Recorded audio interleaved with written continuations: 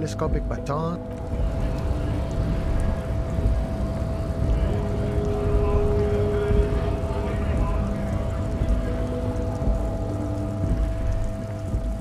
A Stars Ryko, one of the finest Zhimsk-made motor carriages ever. An oldie, but a goldie. Not many people outside of Grad, and Revachol West too, it appears.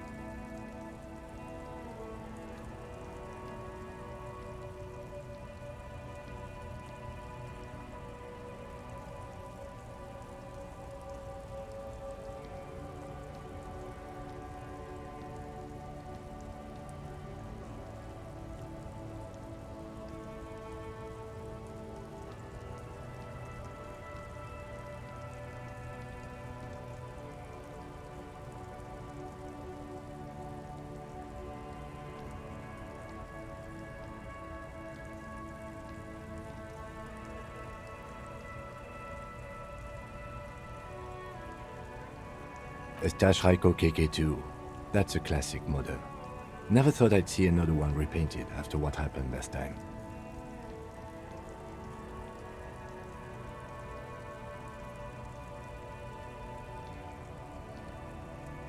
No, only that the motor carriage is typically baby blue, the colors of Sigismund the Great, an ancient Zhimsk ruler. His banners were famously zephyr and white, the colors of the Stars Ryko.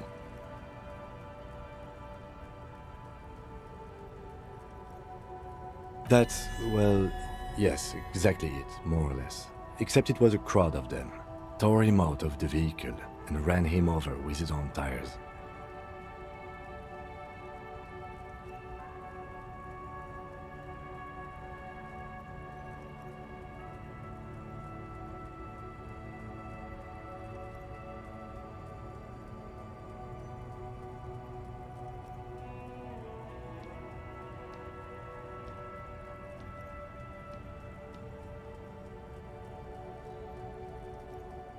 They said it was an honor killing, Hussar style.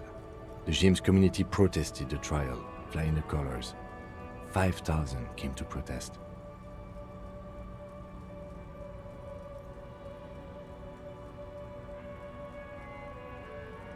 Correction, 4,395, the fourth largest public protest of a criminal trial in Revachol.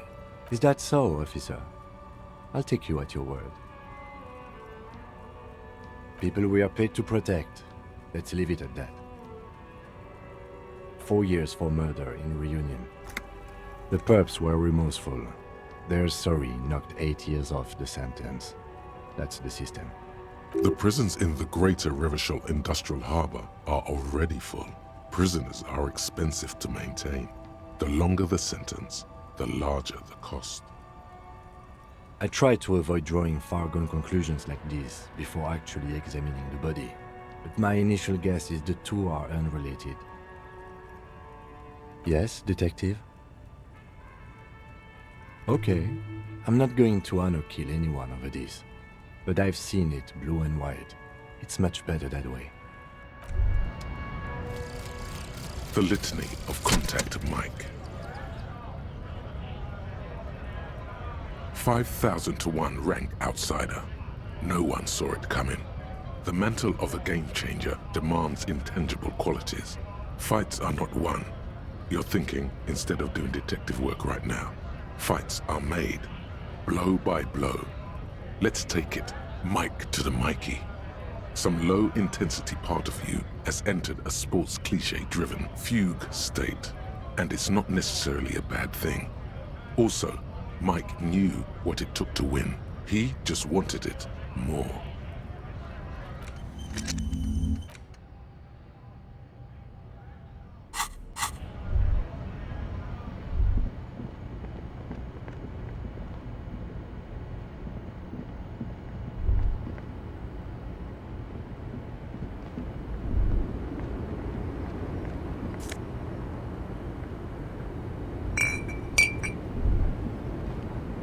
The woman, "Look, girl child," you hear her say.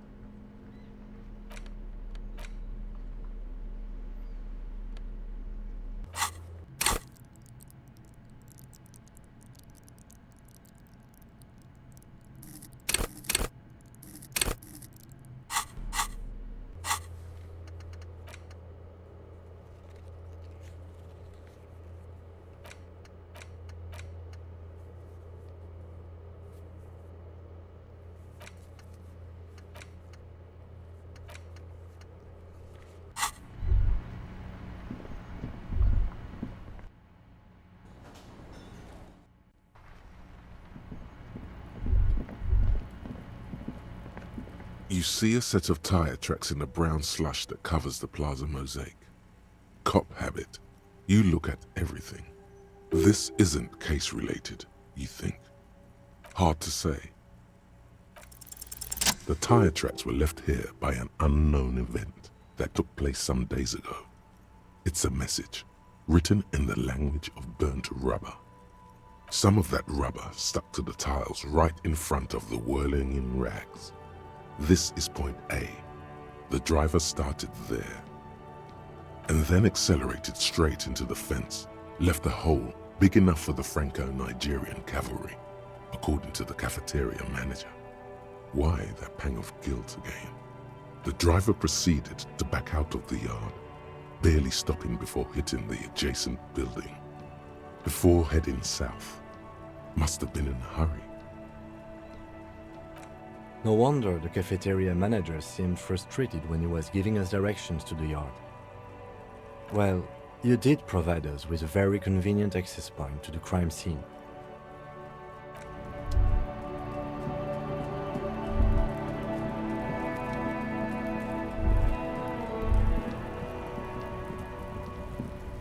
An inconspicuous pile of the roofing material because there's a secret door hidden behind the panels of Eternite. That's why they're too orderly. There it is. You see a shabby little door.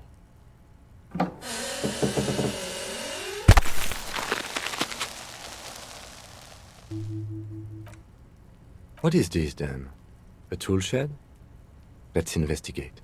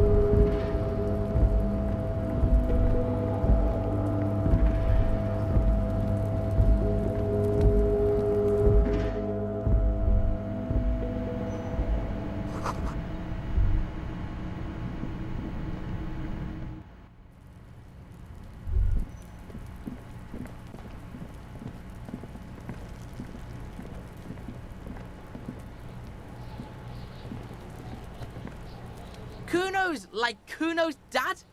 Kuno doesn't give a fuck about anything. It's not Kuno. It's Kuno S. Kuno S is by far the worst of the two. Kuno has no problem being near you, but the other hides behind the fence, afraid for her life, like she's done something very bad. All in all, Kuno respects madness. You cannot hope to outdo her on that front. You must win yourself a few minutes with him alone. Fuck you whispering about? He's whispering too. He's going with it. But watch what happens. Fuck you whispering about! She puts extra stress onto that word, expecting it will make you uncomfortable. If Kuno wants to whisper, he's gonna fucking whisper, okay? Let's whisper, pig. This is it. You've got him. But be careful. You can still fuck this up. Don't... Crazy? You don't know the half of it. She's not crazy. She's insane. Dangerous. She's smoked a man. She's done people in. Probably even pigs. Stop talking to him! Kuno, I'm fucking warning you!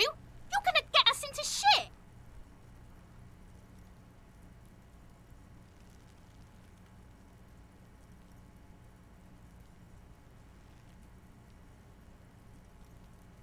She understands what you're trying to do.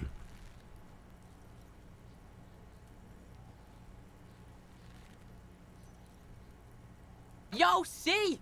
Did Kuno not tell ya? Kuno told ya. Kuno talks to whoever he wants. Talk, pig. Kuno's got it under control. You did it. They're separated. He's even turned his back to her so she can't read his lips. Kuno means she killed someone. That's right. She's a killer. Like, actually a killer. His little green eyes are fixed on yours. He's meant everything he said before, but right now, he not only means it, he is sincere. Killing is serious shit. Kuno's always serious about the 488. 488. The criminal code doesn't go higher than 190. She's probably killed a pig too. I mean, I'm pretty sure she has. Forget Kuno said that. Kuno was just shitting. Kuno was just running his mouth. Kuno's stupid like that. A cop would be too large for her to overpower, but a determined child of her size can still kill the vulnerable, the elderly, the homeless, or other children. The creature peers at you both from over the fence. The Kuno falls silent. Kuno, that's it. That's what Kuno was starting to think, yeah. Yeah, she would have liked to fuck him up, but she didn't. Look, Kuno's gonna put you at ease. We didn't do it. He speaks the truth, my liege. Yeah, she's psycho. None of that kiddie psycho, cat burning shit. She does the real deal.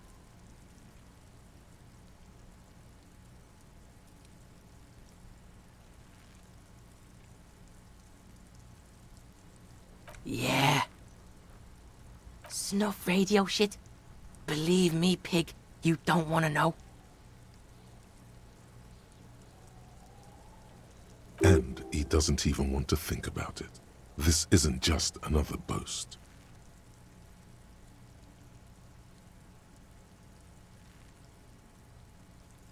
Fuck knows. She says it's the song of her people or some shit.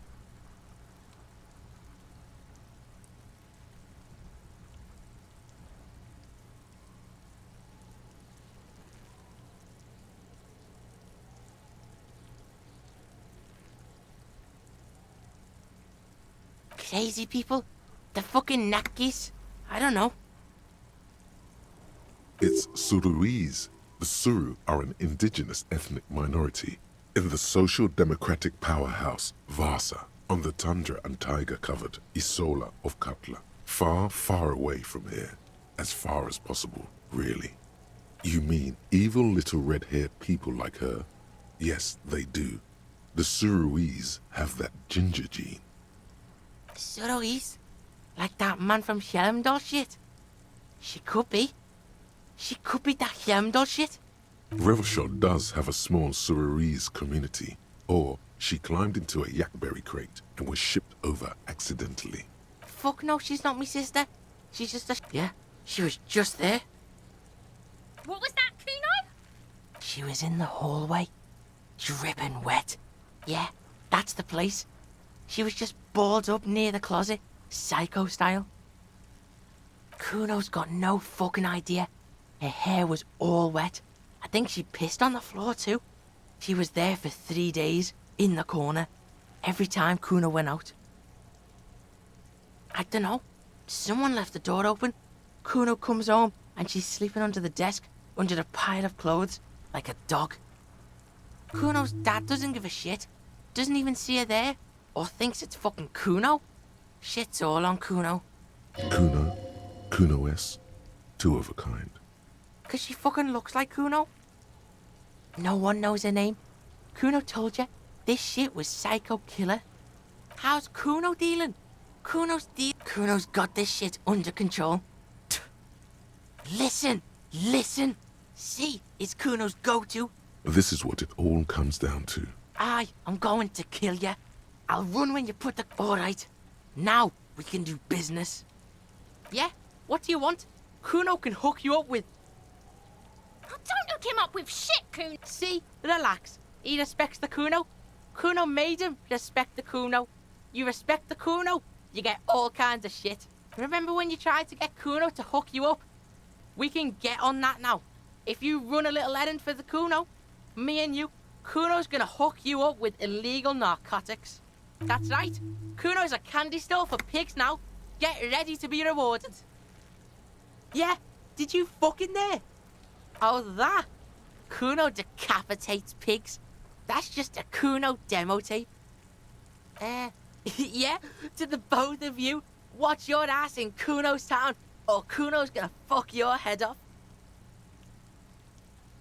That's where Kuno gets his daily hit of electric. Kuno Shazam. Kuno rides the fucking lightning in their pig. It's a vitamin pig. Don't you know anything? You could use some. Yeah, it's the mag. You fucking need that shit to stay on top of your game. Kuno goes through like a tube a day, rips mag like a motherfucker, and you could use a bottle. Oh, don't teach him, Kuno. He's gonna use it against you, Kuno. You're not getting this, pig. It completely takes away the hangover. It's like you didn't do anything, like you stayed home playing with your choo-choo. Fuck you, pig. Don't do mag. You're gonna OD and you're gonna fucking die. Good call, Pigmeister. Don't come and talk to Kuno about his kingdom. Kuno gets it from his dad. Kuno and his dad are major suppliers. That's where Kuno gets his lightning on. Problem is, Kuno and his dad had a little falling out. Now junkies clawing at Kuno's door. Streets going mad. Kuno's gotta throw his dirty popo man at it.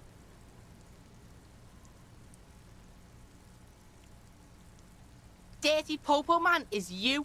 In there is Kuno's violent dad on steroids. Kuno's dad does steroids and speed. If you can take him, you can have half of the speed.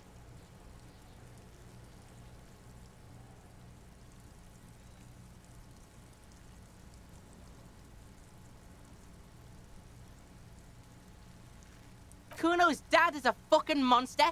He's the most violent man in Revachol. He doesn't give a shit about a single thing. He drinks too.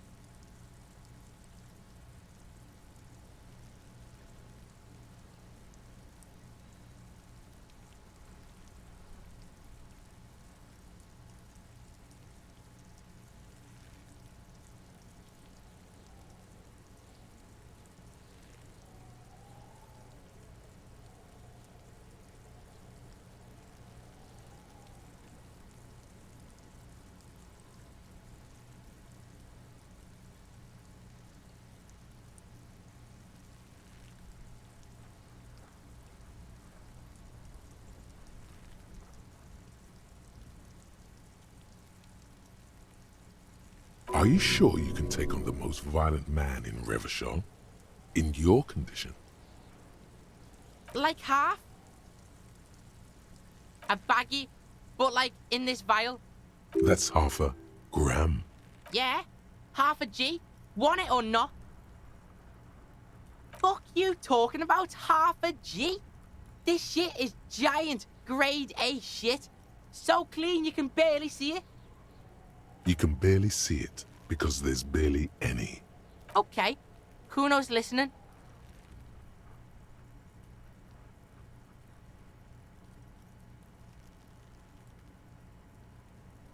Alright, pig. You can plug him, but you can't stop him. It'll only buy you time. Just get in the apartment building. Kuno knows you already fucked your way in. Kuno knows everything. Go to room 12, first floor, and kick down the door. Police violence style. Kuno style. And then it's action time. You're locked in the room with violent fuckheads. That's it. Next time Kuno sees you, you better have his shit. What the hell are you signing us up for here? Okay then. Yeah, like a fucking volcano. Yeah. You're lucky you didn't die there. Yeah. Kuno's got some advice for you. What are you? Like 80, right? Maybe you should stop embarrassing yourself in front of a fucking kid. Perhaps you could compress this negative energy and turn it into some sort of a Kuno-fied non-vomiter. That's right. Turn your weaknesses into conceptual strengths. Try it again now. The fuck do you want with it? Good call, Pigman. Kuno doesn't... There he still is, looking right through you with his white.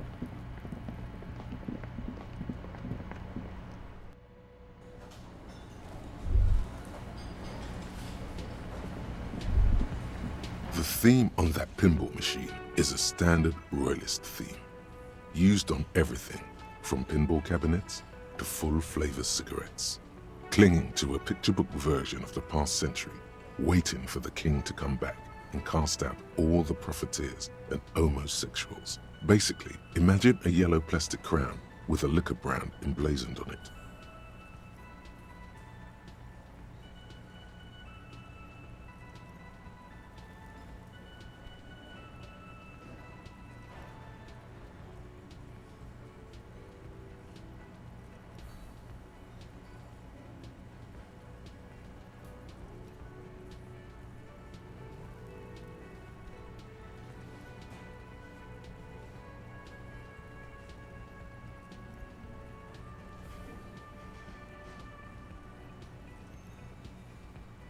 It comes free with a six-pack of Vermilion Roy d'Or. The words Roy d'Or are stamped into the crown's plastic. The sentiment is called anti-centennial nostalgia, pining for a time before the turn of the century. It's common even now, after 50 years. Hi again, Gendarme. Bye-bye, Gendarme.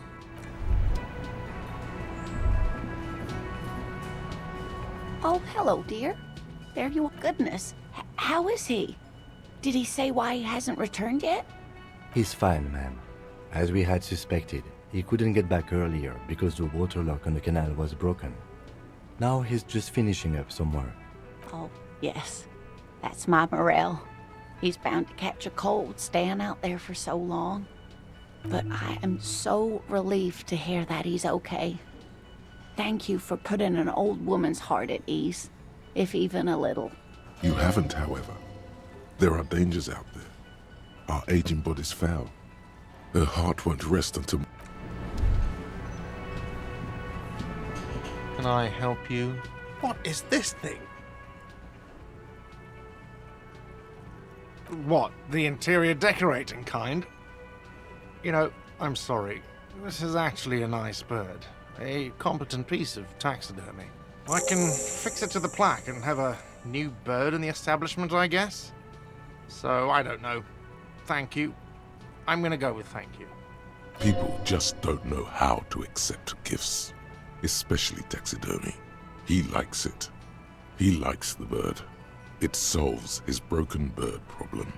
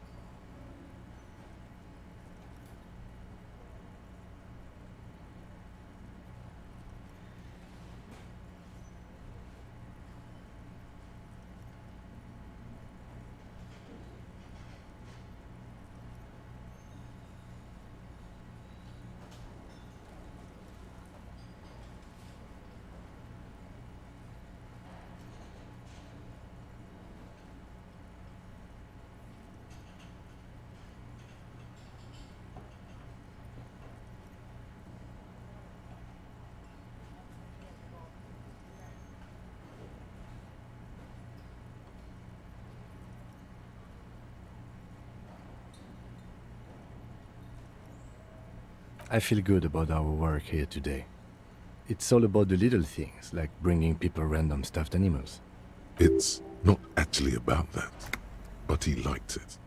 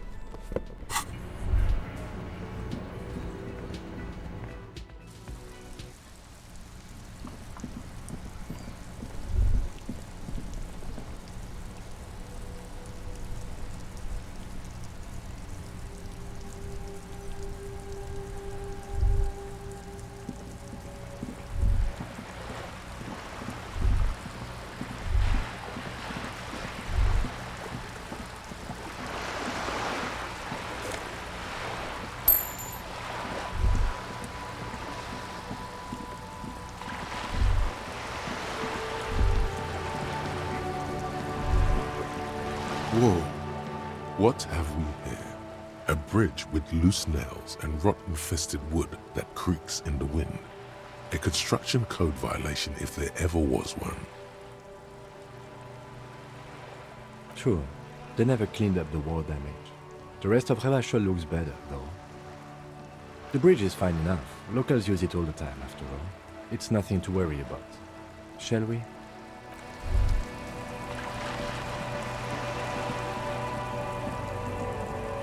Just an ordinary wall. Nothing to see here. Yeah. Why? Why must we stop to look at this wall every time we pass?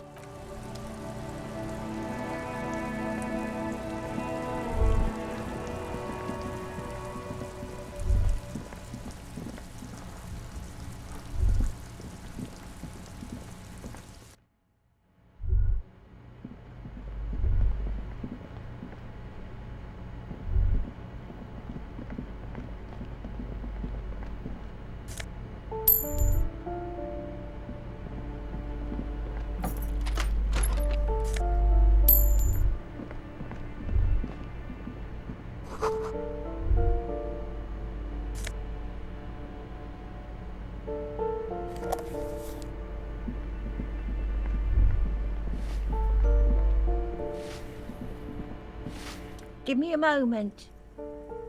The waiters are at the end of this hallway, right next to the communal bathroom. It's about Victor, isn't it? It's always about Victor with her. You'll find the Maisons in apartment 20 upstairs. It's one of those doors on the balcony.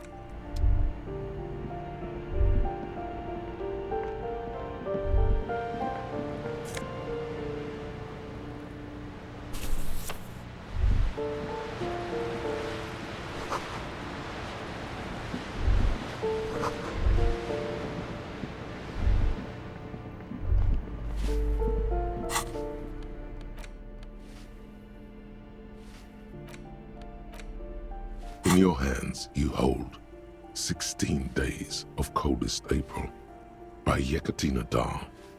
The cover image shows a row of concrete apartments above which span a black and white rainbow. Indeed, the book is unusually heavy in your hands, as though the cover were lined with lead. It would do that in Gartes. You flip through the book. The pages are thinner than you realized, and the type quite small and tightly set. It's nearly 600 pages long. Real art is dense and difficult. If it didn't feel like you had to wrestle a suicidal bear to get through it, you weren't really reading. The back cover is dominated by a black and white photograph of the author. She can't be much older than her mid-30s in this photograph, and yet, from this cover, the eyes of a sad old woman stare back at you. In cold, detached prose, the author describes a scene from one of the Grad riots in the 20s. Youths overturned motor carriages and set trash cans ablaze, while heavily armored guardsmen dash in and disperse them in a flurry of baton blows. The Grad riots took place from 27 to 29. Fueled by ethnic unrest and the state's repressive tactics, these events are often seen as marking the end of a brief period of liberalization known as the Grad Spring.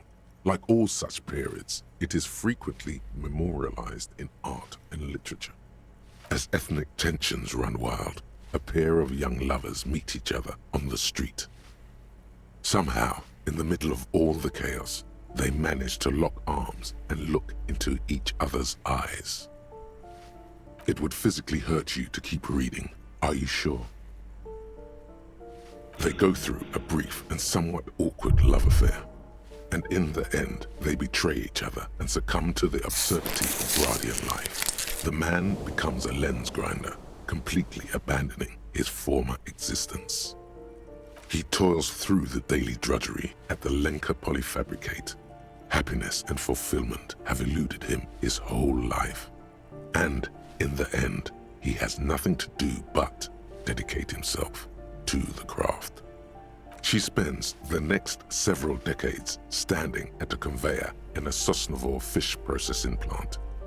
The smell of fish guts slowly seeps into her hair and skin, as every single one of her dreams dies, one by one.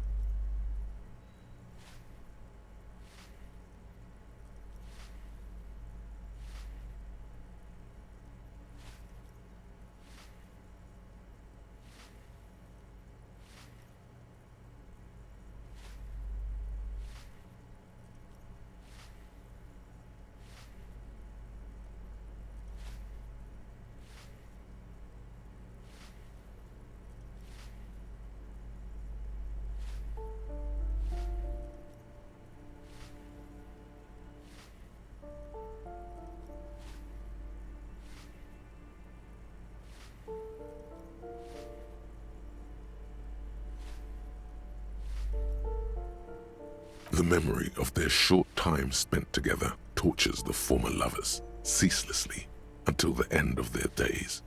Years pass in solitude, their bodies growing ever more decrepit.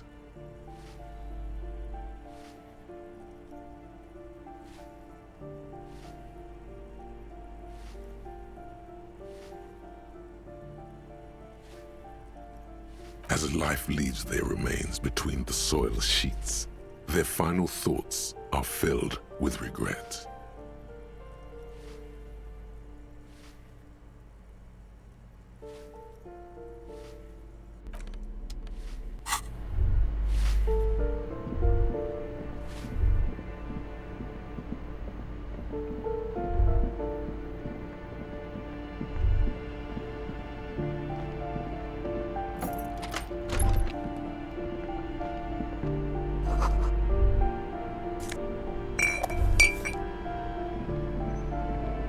shabby door hangs oddly on its hinges, secured to the doorframe with a safety chain.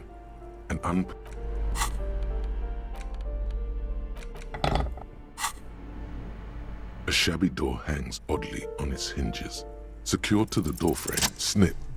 The cutter goes through them like dead leaves. The links fall to the ground on the other side of the door. I know there's no stopping you, but let's at least make this quick.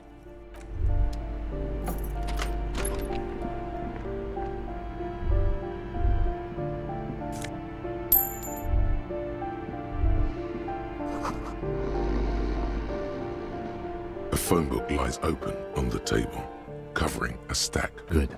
Confiscate. The minuscule amount of amphetamine doesn't interest the lieutenant in the slightest. He listens instead to something in the other room. You pocket the bottle as if it were the most natural thing in the world.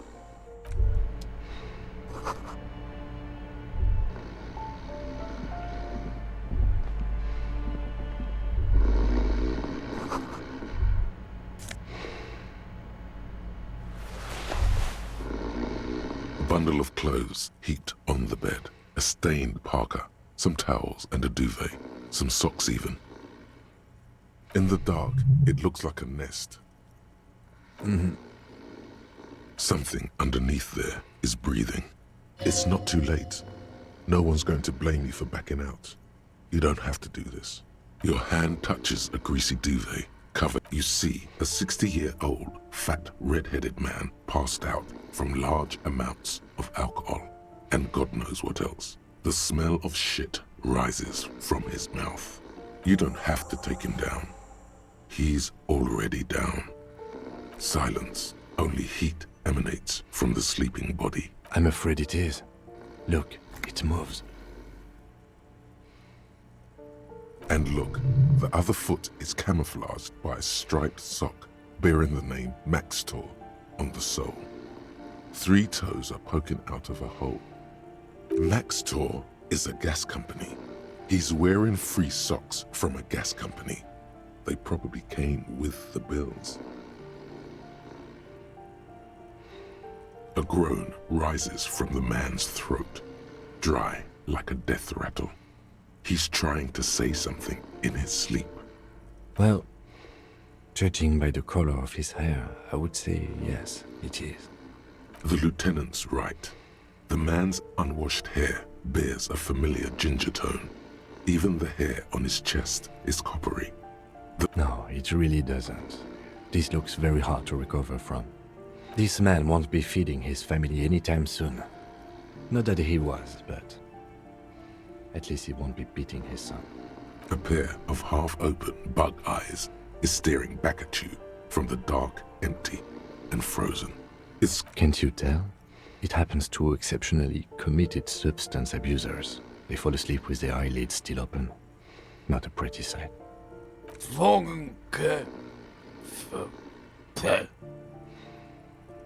Look, he's trying to communicate.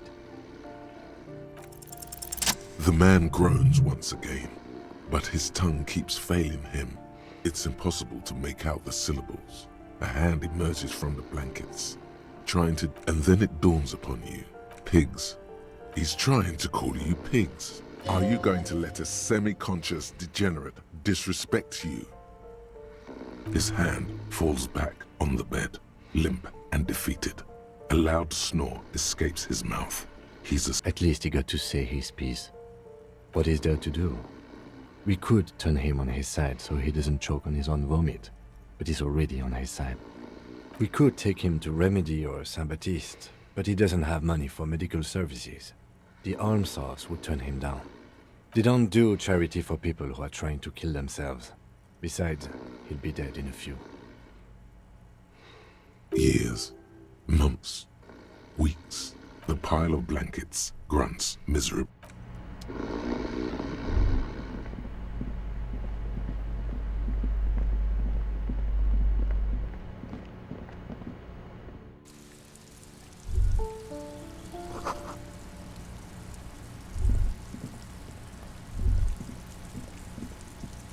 A weathered brown door. The number reads 20. Something smells good. Soup à l'oignon. The lieutenant motions to you to go ahead and knock. This is the door. You already know it's the right door. This is going to be so hard. Get yourself together. It's just police work.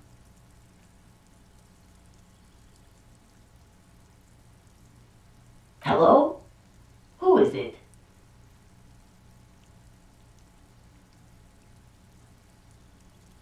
And someone turns down the radio.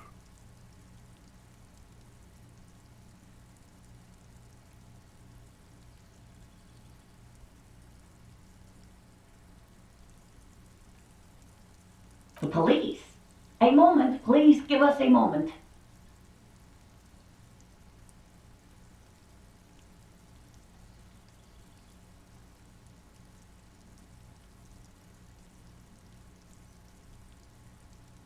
Tidying up, nervously.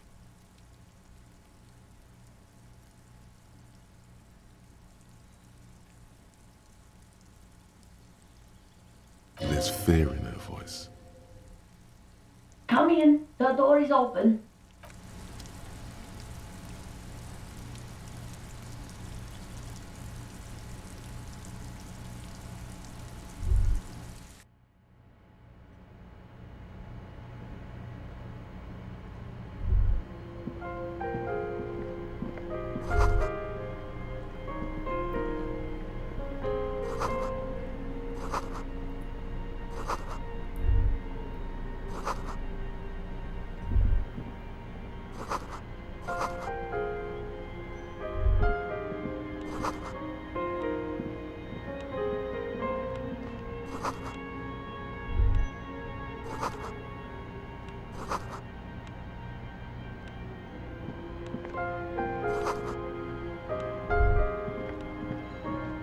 It's you from the bookstand. Did you come to bring my cockatoo back? I don't think I introduced myself properly. I'm Billy. Would you like something to drink? The lieutenant has taken off his foggy glasses and is busy cleaning them in his handkerchief for now. Condensation from stepping inside. He must feel vulnerable without his glasses. Is this why he's letting you take the lead? Is this about Victor, my husband? Is he in some kind of trouble again? I can come pick him up in the station if that's what. No, this is something much worse. Is he in the hospital? How bad is it? How about some small talk before you break? Definitely no small talk. This isn't the time or place. You've done this before. Just keep your focus. What did you say? Oh. Oh. But he was just... But he was just here, alive. We understand this comes as a huge shock. I want you to know that me and my partner are here for you if you have any questions. What happened to him?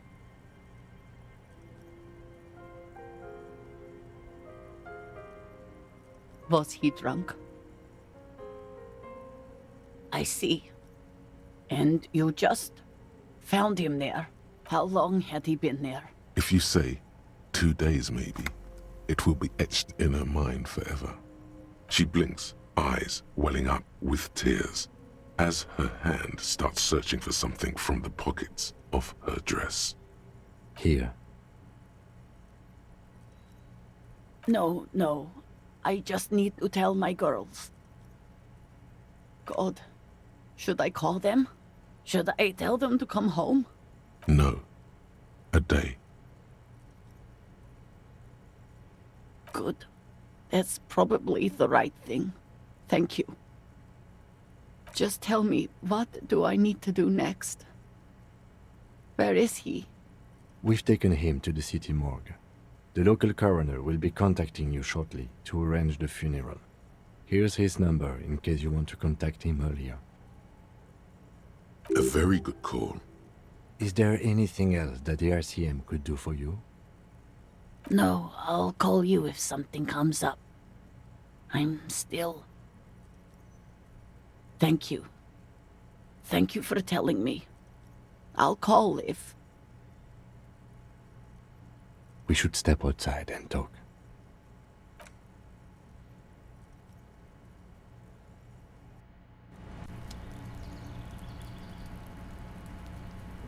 You did well.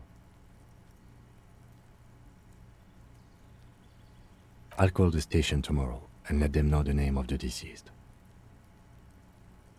Let's go.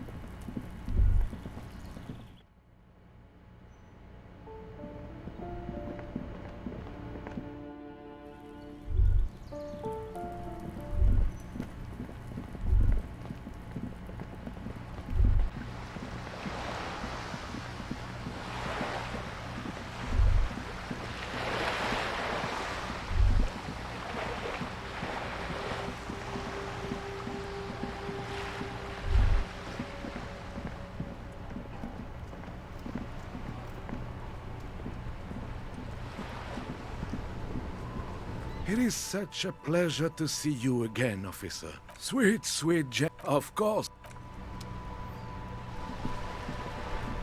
Officer,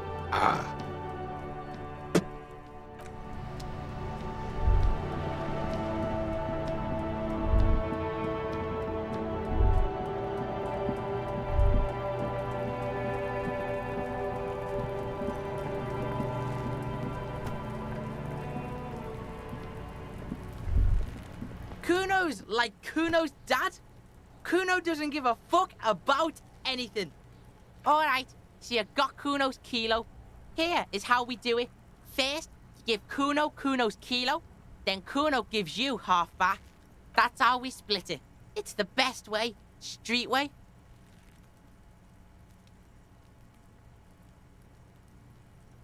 Wow, that's heavy.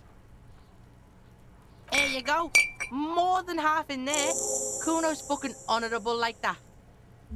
there is no movement on the lieutenant. Now tell me, how the fuck are you still alive, pig?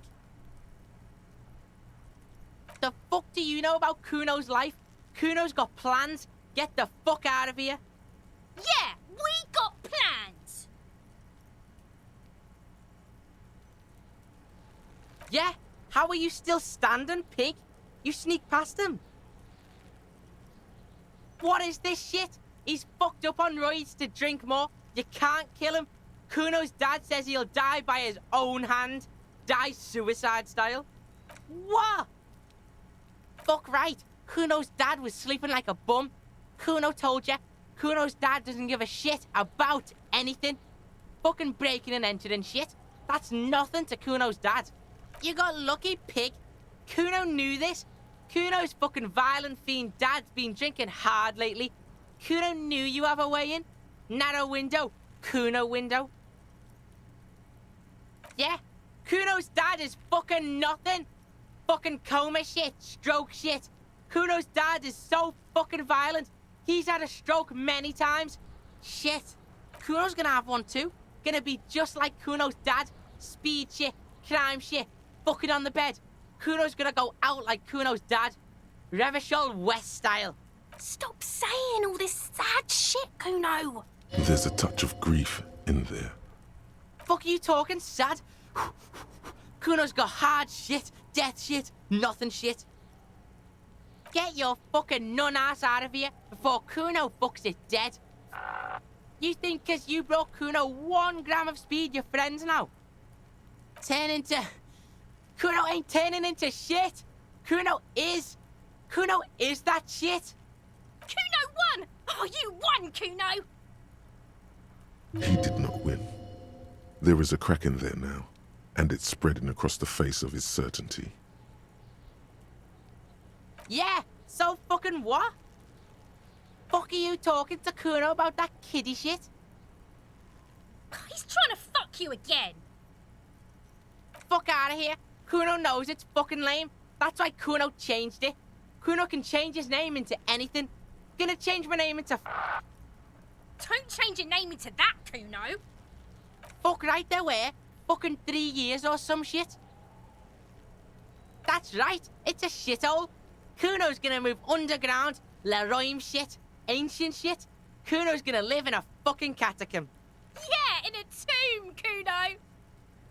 Yeah, pig, this shit is done. Kuno doesn't...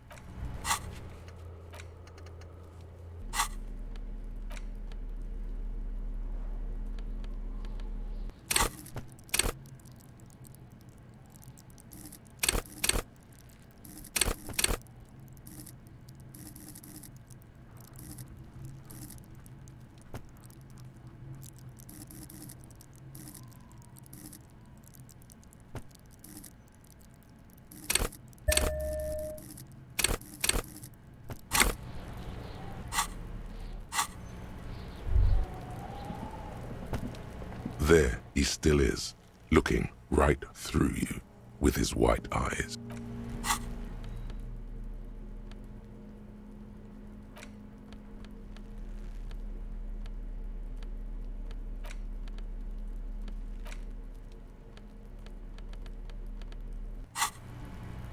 There he still is, looking, ha ha ha. Every time it happens, it gets worse and worse.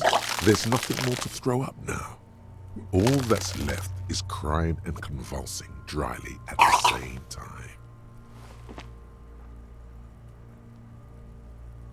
The lieutenant is clearly... Officer, you just need to be strong. Relax.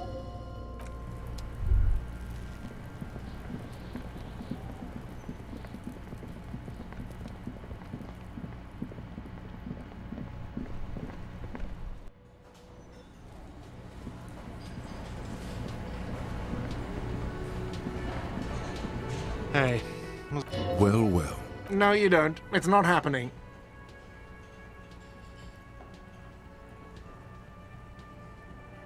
By causing more trouble. The whirling doesn't need more sad style. That's one of the styles it can do without right now. It's for no one. It's a prop. I'm not letting anyone use it after the great karaoke catastrophe of '44. Okay, yes, it's for some clients. Ha! Well, we don't have any tapes. They all got stolen. The man in the vest and the violet shirt stares at the tape you've just given him. He begins to frown. Hard. This is the look of a man who's defeated. He knows he's out of excuses.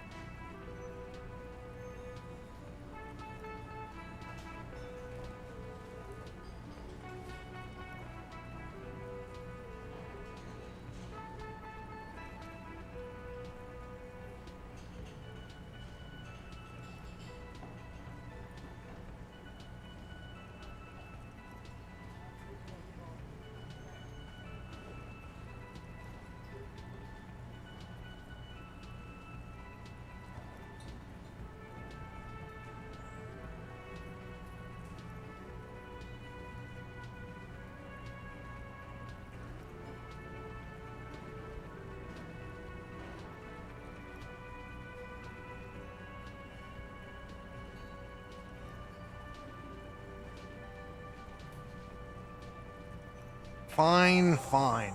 Climb on that stage and do your thing. Just get out of my hair. I'll plug it in for you. Damn this carrier. I'm having it uninstalled, he mumbles to himself. Oh yeah, time to do the damage.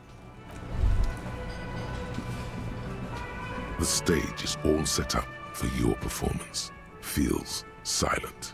You can hear the pellets creak under your feet.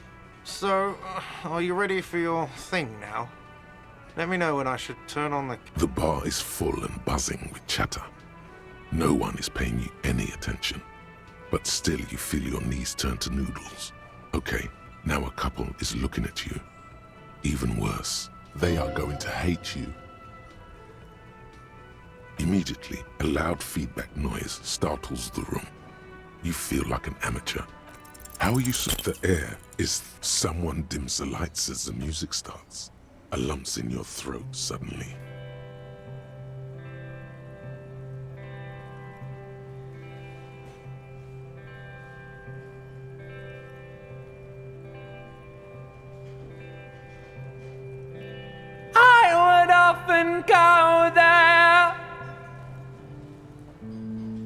to the tiny church there, the smallest church in Sanson. Though it once was larger, how the real may rest there, down through the mist there, towards the Seven Sisters, towards those pale cliffs there. I would often stay there in the tiny yacht there. I have been so glad here, looking forward to the past here. But now you're all alone.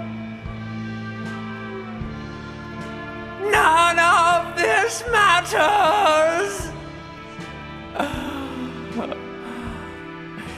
At all.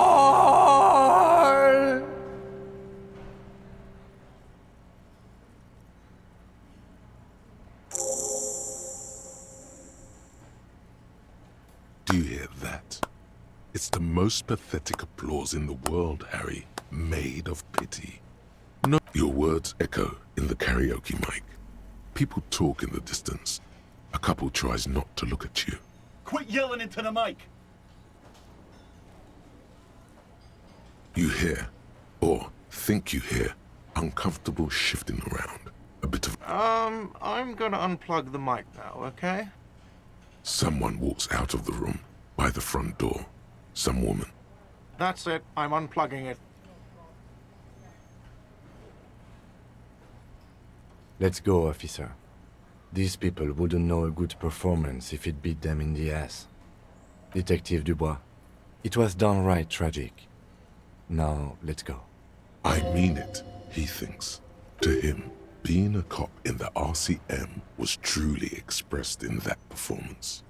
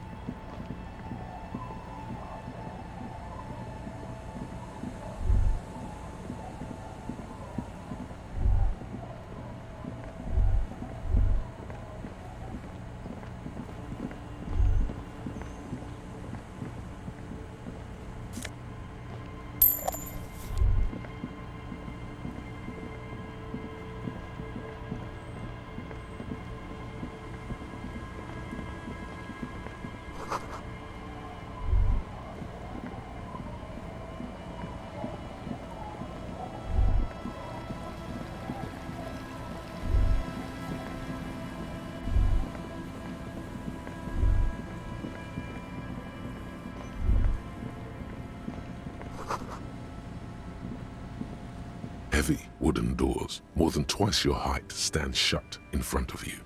The carving on the door is block-like and angular. like the church itself. Two large beams shoot downwards, sinking into the wood before they reach the threshold. The surface is smooth from the wind, but moist to the touch. This cheap-looking padlock is sturdily built. It shackles together a hasp and a staple screwed into the wooden door. The lock is adorned with a yellow sticker. You see a yellow circle with two X's and a big curve below them that looks like a mouth. You're pretty sure you haven't seen it before, but what the symbol depicts is clear enough. A smiling dead guy. The curve makes it smile, and the X's make it dead. There is something blindingly modern about this symbol. Its modernness puts to shame everything you've seen before. It's the contrast between the cheery, chemical yellow and the rigor mortis. As if the cheery guy didn't know he was dead, or the dead guy didn't care that he was. Either way, you get the sense the forces of future are at work here.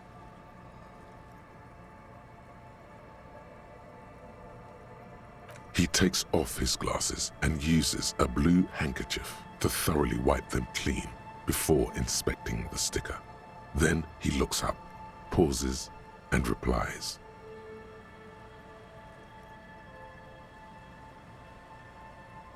No. Looks like a dead man smiling. Suggests junior delinquency.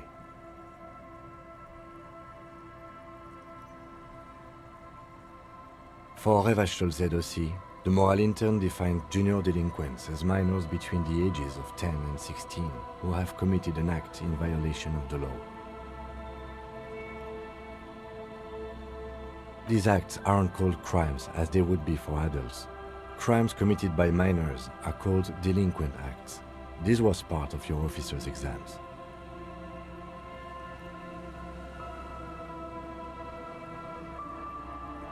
He feels sorry for you. For him as a lieutenant, it would be demeaning to have someone recite terms from the officer's exam. I haven't seen that sticker before, and I'm not a youth. That level of conceptual thinking is not part of my skill set. Your hands are clammy from the sea air. That hurt. The lieutenant looks up at the padlock hits the wood like a knocker. The lock turns easily. You hear a click as the shackle pops open. Let's go. A great whoosh of air rushes into the dark innards of the church, as though rushing to fill a great vacuum. In the heart of the city,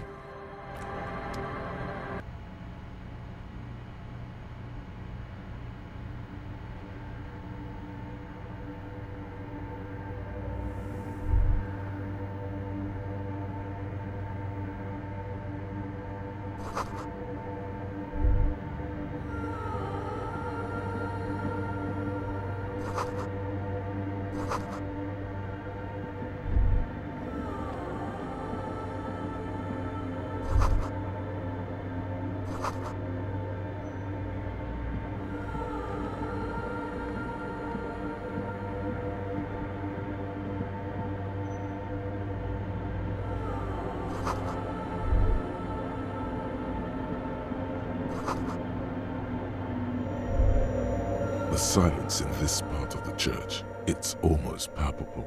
All the shifting matter and shuffling of living things is gone.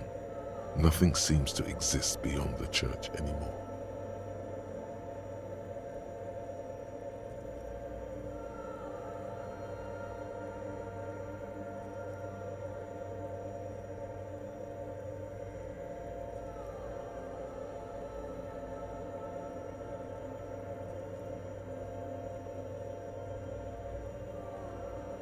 Maybe if you were to stand in just the right spot, even your footsteps, and then it's gone.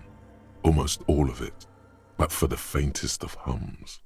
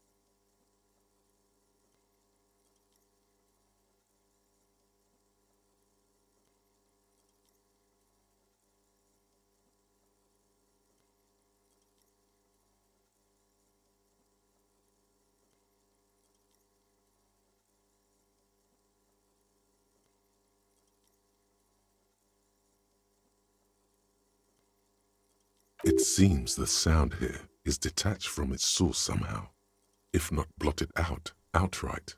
Truly unusual. You can hardly hear your own breathing. You produce a few muffled thumps, after which the silence feels even more total. Somehow, your voice is barely audible. Not a howl, but the softest of whimpers. The lieutenant points to his ears and shakes his head. Can you hear anything? The church just has strange acoustics, some engineering trick. His detached tone conceals how uncomfortable he is. Maybe the church was designed this way to prevent boisterous activity, singing and dancing. Could be. He doesn't seem entirely convinced, though. The orderly rows of ceiling panels become barely visible, then disappear completely in the darkness.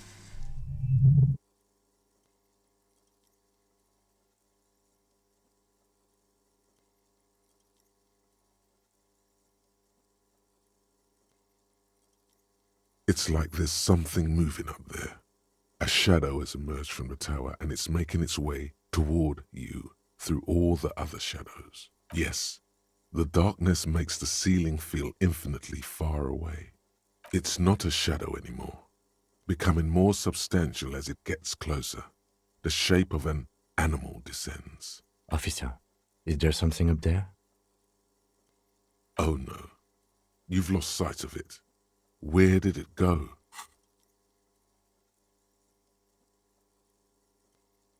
You see something hanging from the rafters, looking straight at you with dark eyes. Maybe it's possible to talk to it.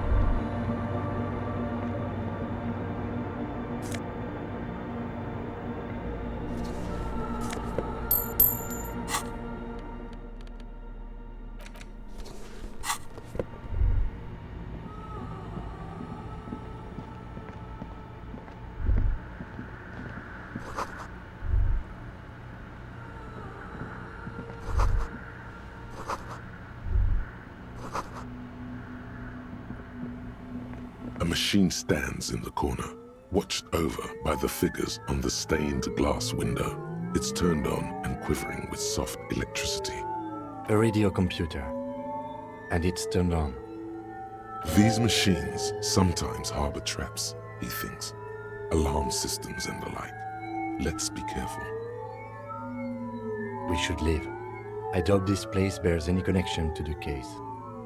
You see fluorescent play and print buttons on the keyboard. A hatch connected to the central compartment is wide open. The lieutenant says nothing.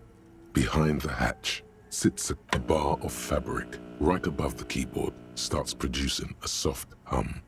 The sound of static seeps through the machine's planar magnetic driver. The static gets louder, slowly filling up the abandoned hall until a voice speaks out, crackling and old, cutting into the air. Good evening. Fortress accident on Saint-Brune. This is the East Insulindian Rapid Station 1. Please repeat. Is this the personal log? The filament you have inserted into the core? I don't know. That's what I'm asking. Is this the personal log? Good. Please repeat the password. Let's look around. There's no use trying to guess the answer. Received. Fortress accident is the company on whose name the terminal you're currently using has been registered to. One moment. Fortress Accident SCS produces revolutionary interactive call-in radio games. That's what the catalog says. That's not bad. I wouldn't know. I'm only here for passwords. Any other questions? Yes, I am alive. I am 74 years old and my name is Yvonne. She repeats passwords. Programming people are paranoid. I work as a repeater at the East Insulindian repeater station. It's my job to know where you are, Fortress Accident. As for me, well, I am sitting in my cubicle, surrounded by a wall of radios.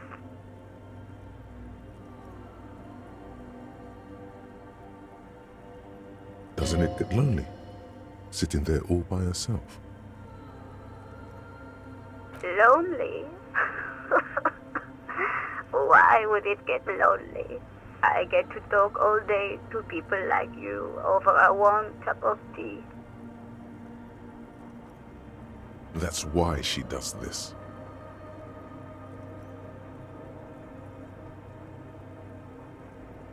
Now, please tell me if there's anything else I can do for you, Fortress Accident. Sleep well, Fortress Accident. The machine's keyboard is nothing happens. In white, silver, and apricot faience, the young mother of humanism stands above you.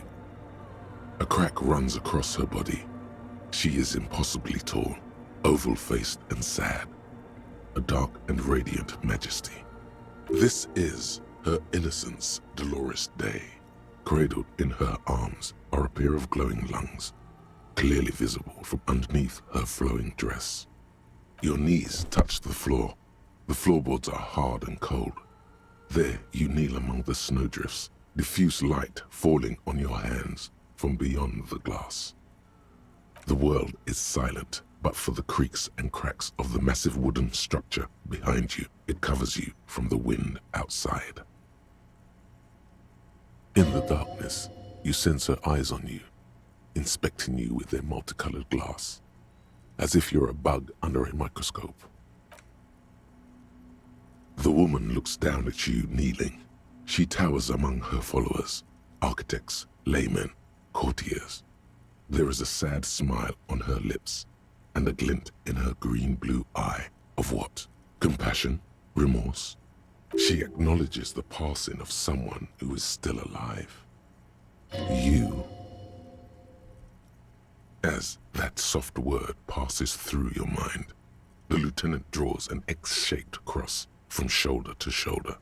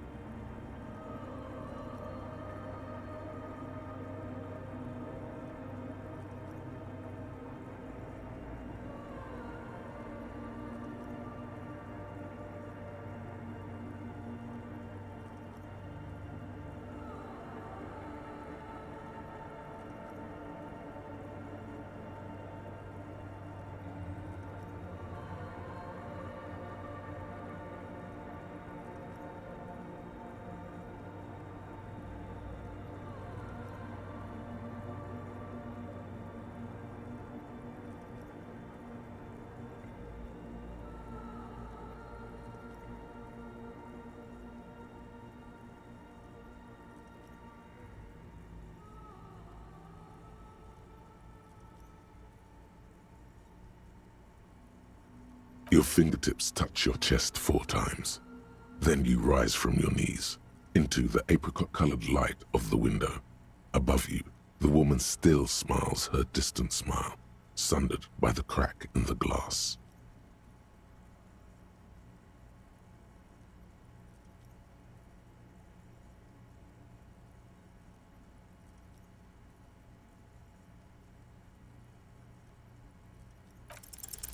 Despite the damage you've done to yourself, the title appears lodged in your hippocampus. This is Her Innocence Dolores Day, the innocence of humanism, internationalism, and the welfare state. Perhaps the most famous human being ever to have lived. No amount of Commodore Red can wipe her sad smile from your brain thing. It has survived the deluge and haunts you still, and will haunt you forever, as it haunts all men. The highest category of historic individual, an embodiment of the world spirit. More, an innocence is elected to office by the founding party, a precedent that has taken place a mere 6 times in the entirety of history. The legal system of the Real Belt is built to accommodate an authentic rule should it coincide with our time. An innocence is infallible. The decisions made by one are not decisions. They are inevitabilities. What would have happened anyway? Only accelerated, packed into decades instead of centuries. An innocence is a continuous, compressed event, a sacred human being. It is an honor and a glory to live when one is in office. No, we are alone. 300 years ago, in the wake of the discovery of this Isola, the Insulindian, by explorers from the continent of Muindi, she is, among other things, the innocence of inter-isolary travel and the connected world. Many things, you know she was a woman of the court, the wife of an influential Marchese, and eventually the principal advisor to Irene La Navigateur, Queen of Suresnes, modern-day Sir La Clé, also that she was gorgeous beyond beauty.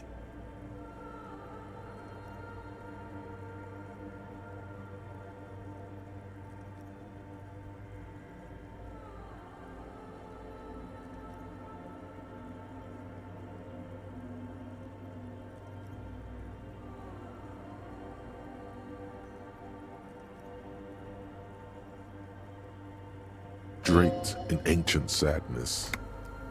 Are you sure you want to remember this bit of historic trivia? Standing under a long, slender form like this, dwarfed? The past. It's a silo of sadness, fermenting. You should keep away. No, you must know. Exactly. But she was there you stand, below her once.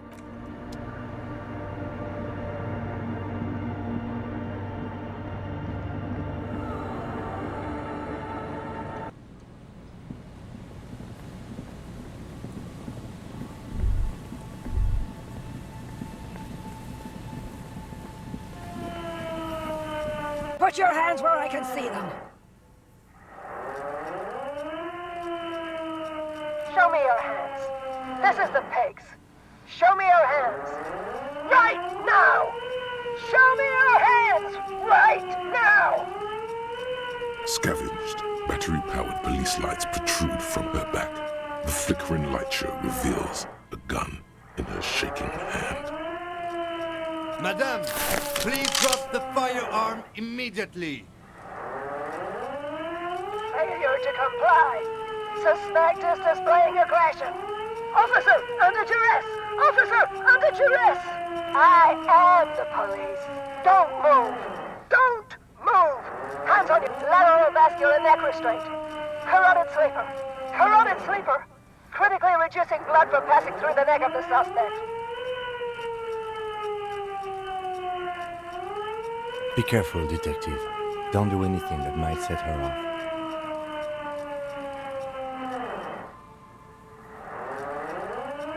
You'll have to go for the gun sooner or later. Perhaps you can learn crucial facts before you do. Officer in need of assistance! Suspect at large! Get on the ground!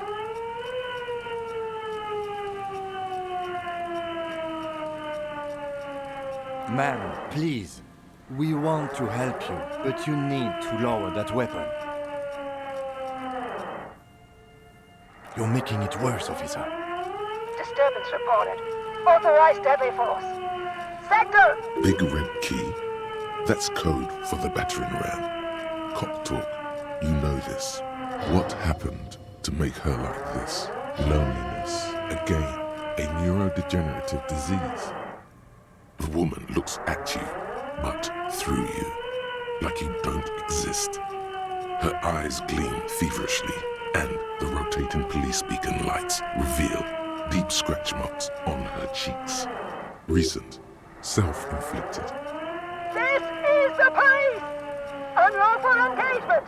Hands on the ground!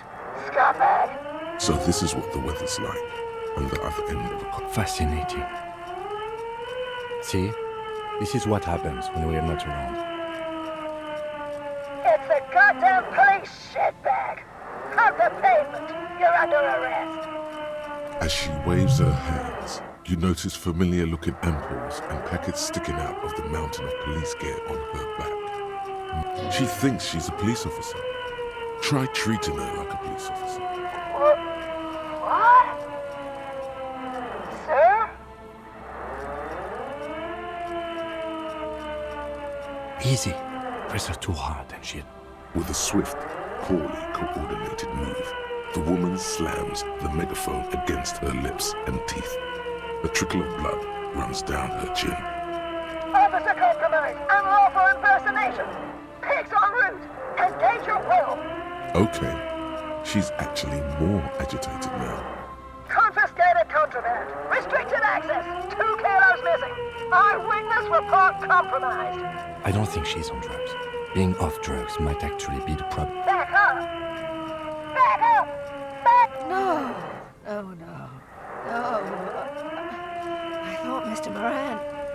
Gareth! Aggravated assault! Man down! Officers in pursuit! There's a scenario unfolding in her head right now.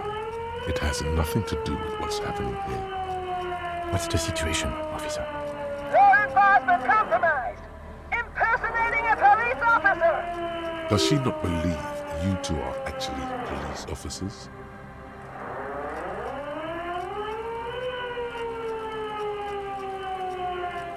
License and registration! License and registration! Come in, dispatch!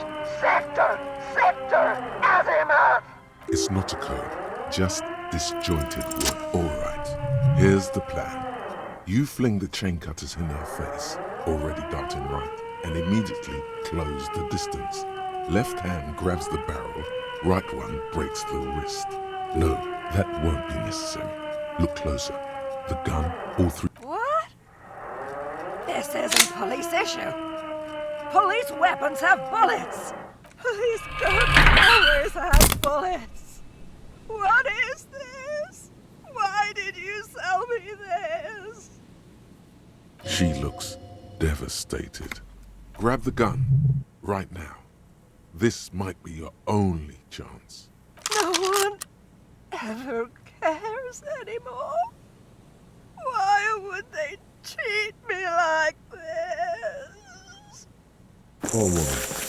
We need to figure out what to do with her now. Nobody's ever around. The woman stands in front of you, motionless, unresponsive, almost like an inanimate object now. A mountain of police paraphernalia. In there she is alone, trapped in a world of blue and red lights.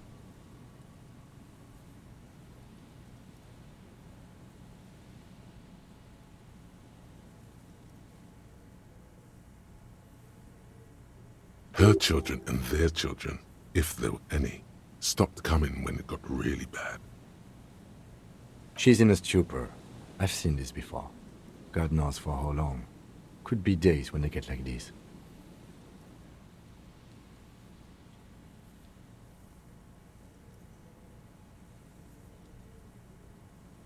Honestly, I don't know. Dementia, probably. Dementia and Channel 8, and loneliness.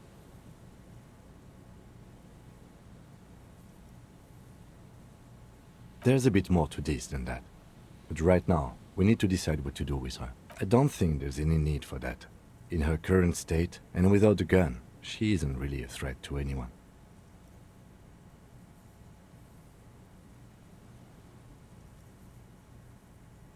We could let Titus know. This is a perfect problem for the local peacekeepers to handle. They might even know her family.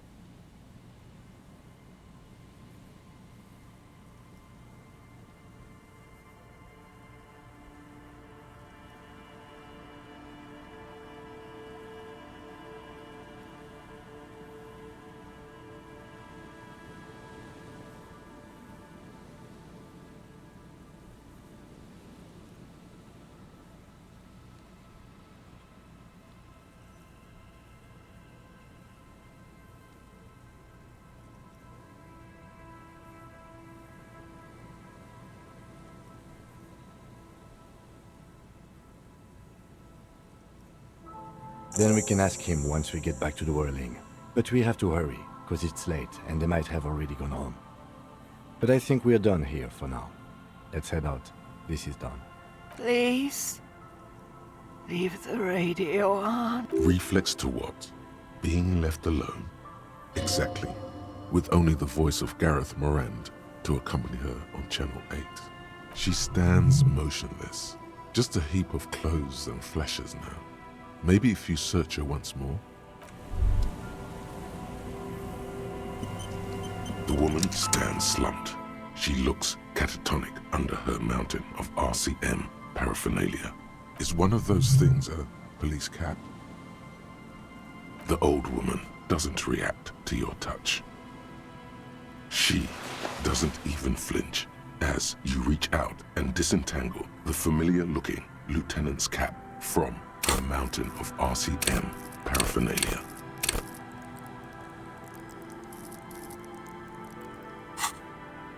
Oh, is that yours?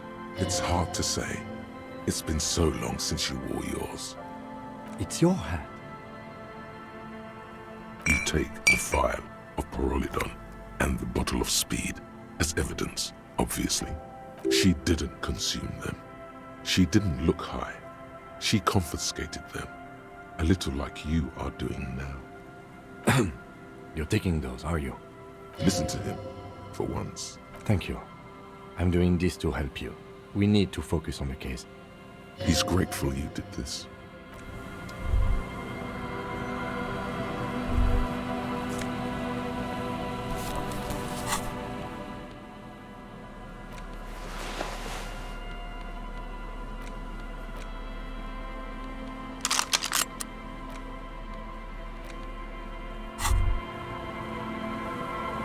Holding the gun feels natural and satisfying. It's like an extension of your arm, the polished wooden handle almost fusing into your palm. It reminds you of the day you first held it, with fear and respect, hoping you don't have to use it in vain. The sun was out in Jamrock. It was so long ago.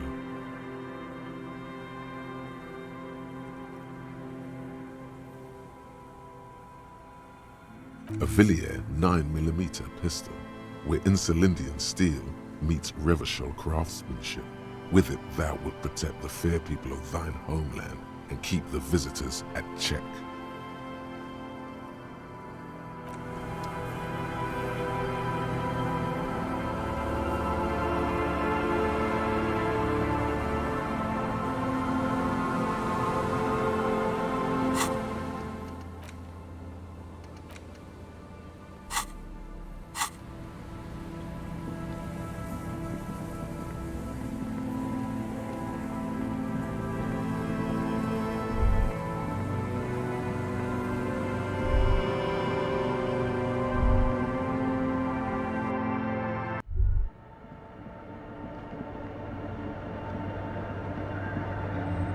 The mother of humanism stands above you, a precious and complex wax painting on a single pane of glass. A crack runs across the shards glimmer in the dark. You see little pearls of light. The old woman in the village was right. This must be the DeLorean Church of Humanity in Martinez, or the small Pinewood Church in some records. It's a minor landmark, not easy to find. Most maps misplace it. It was built not long after Revachol's founding, 300 or so years ago, by first-generation settlers. On the coast of an uninhabited archipelago where only animals had roamed before, in the wild reeds. There used to be 7 stave churches on the coast. Les Sept Sœurs, they call them, the 7 sisters. Only one remains. The rest were burnt in the revolution or used for building materials. We should be respectful here, although the building appears to be deserted. I do not believe we'll find the instigator here. Something else, perhaps? Respectful? Is the lieutenant a follower of DeLoreanism? A pang of guilt? The lieutenant is leaving something out. I have a theory, yes. There was a police raid a while back. I heard the place was shot to pieces. The old woman in the village was being tactful with us when she didn't mention it. She has more respect for the RCM than many around here. Well, your station was involved, I hear, although I can't be sure. How come the lieutenant isn't sure? Is this confidential information? 3 precincts were involved in the raid, and people say Precinct 41 was one of them. I am pretty sure it was a clandestine operation. I don't know anything more about it, why it was conducted, or who participated. I try not to pry into extra-district matters. Good luck. You will not get information on a confidential operation from your station secretary just by calling. If you really don't remember, it might be better to keep this one forgotten. It happened a while ago. It's unimportant to our business in Martinez now. Yes, we all are. Her name, body, and rule are synonymous with humanism. The laws we enforce are DeLorean in origin. The woman looks by in silence, smiling enigmatically. It's not spiritual, it's constitutional. The DeLorean system does not demand faith, only accordance.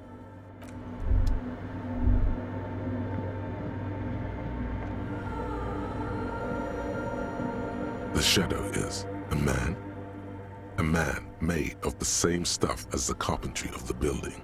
He is studying you intently.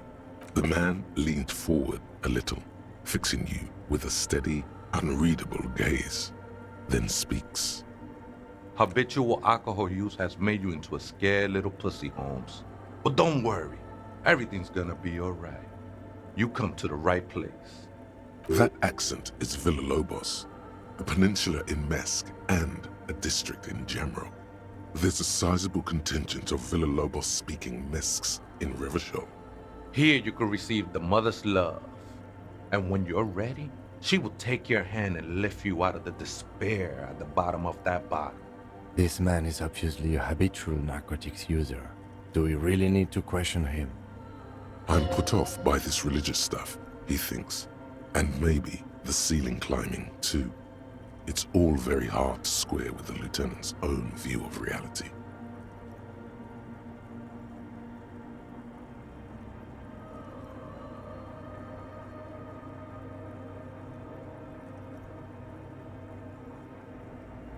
Está crudo, way. I see deep inside you. Your body and your spirit are suffering greatly from overindulgence, and you don't even know it. I know it's hard to admit that you got a problem. I was like you once. Couldn't take an honest look into my own heart and see I was in pain. You know, actually, since we're here, you may want to pay attention to what the ceiling climber is saying. If the lieutenant agrees, then maybe, just maybe, you should pay attention. Don't trust me. Trust the mother. I'm only the messenger, Holmes. This is the Church of the Mother of Silence. You are welcome here. You have no idea what the fuck he's talking about. Is he? The ones in the tent outside, right? I see them. Think they scared of me. Nah, man. They look pretty funny. And I don't harm no one anymore, anyway. Why not? They wouldn't bother me none. I'm usually way up there, imbibing. Ain't no music on earth that can reach where I go. Might even be nice to have some company. He said that in spite of himself. He's more attached to the human than he'd like to think. Other spooker? Oh, esa viejita es muy estudiosa. Don't know, Holmes. Viejita is grandma? No. I just call her viejita because of her clothes. She's actually quite young. Or maybe not that young. Wait, what if it's Ruby? Did it ever seem to you like she was hiding here from something? You mean like a fugitive?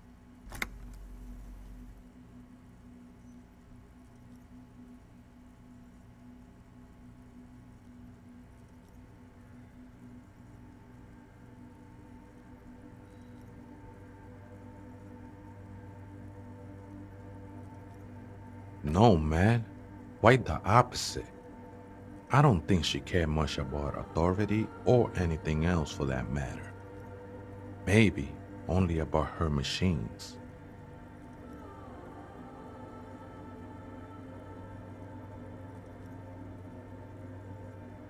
I see. And where is she now?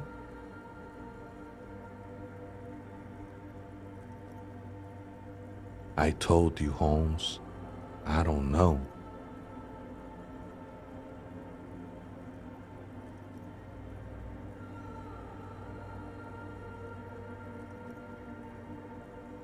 Don't really follow her comings and goings. Just see her typing on her computer now and then. We got different interests. I'm afraid not, Essay. You just have to wait until she comes back, or too many times, Essay. You need it for something. No need to overdo it. He won't mind sharing it with you.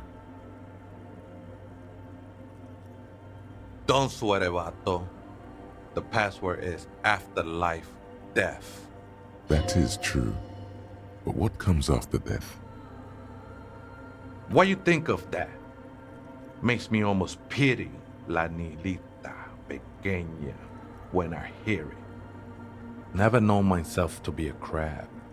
But if that's the name you got for me, I won't stop you from using it. I always thought of myself more like a flame, flickering along the rafters and beams. That's not the only technique he's working on. Look at those carved sculptures. And is that a satchel of tools over there?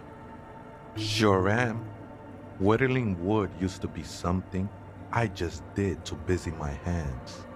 Now I use those same hands in service of something greater than my own restlessness. It's all just for the mother, man. No need to overthink it. I was in a gangway, but my memories of that time are fading. Most of them are already gone. That's not really the point, I say. You gotta give yourself over to service. Service of the mother, that is. Do you remember your name, sir? The lieutenant is not particularly interested in this information. He's just trying to assert some control over the conversation. Tiago's my name, but those syllables don't mean much to me these days. A name isn't just your identity, but also, so to speak, your place amongst your fellows, your place in the world. I ain't got no use for such a place. That's just the thing, Holmes. None of that matters. This is a special place. There's a perforation in the world up there, a way out into nothingness.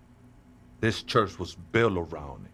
I circled it, nurtured by the silence bestowed by the mother. One of these days, I'll be pure enough to go drink from it directly. No. There's a new god in town, and she can't be painted or sculpted because she has no limb or even a face. She is the end. She is a cavity in the dark beyond sense. She saved me, but I couldn't describe her to you. No one can, Holmes, and no one ever will. I will be incinerated, but not destroyed. Finally, I won with the state of the world before reality began. That sounds a bit like substitution behavior, no? You know a thing or two about that. Hard to say. I think I did some construction work here, back when I still had material worries. Up there, I realized what the true purpose of the church was. Been spending a lot of time here ever since. The past is nothing to me now, eh? I think they were. A long time ago. I had to shed them like skins to get closer to the center of the silence. You could have them. I don't need them anymore.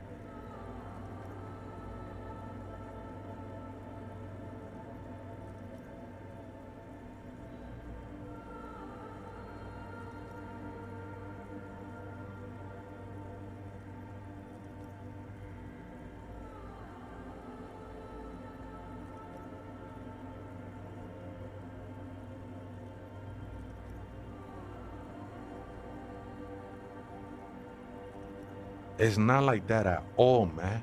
It's just faith and joyful service.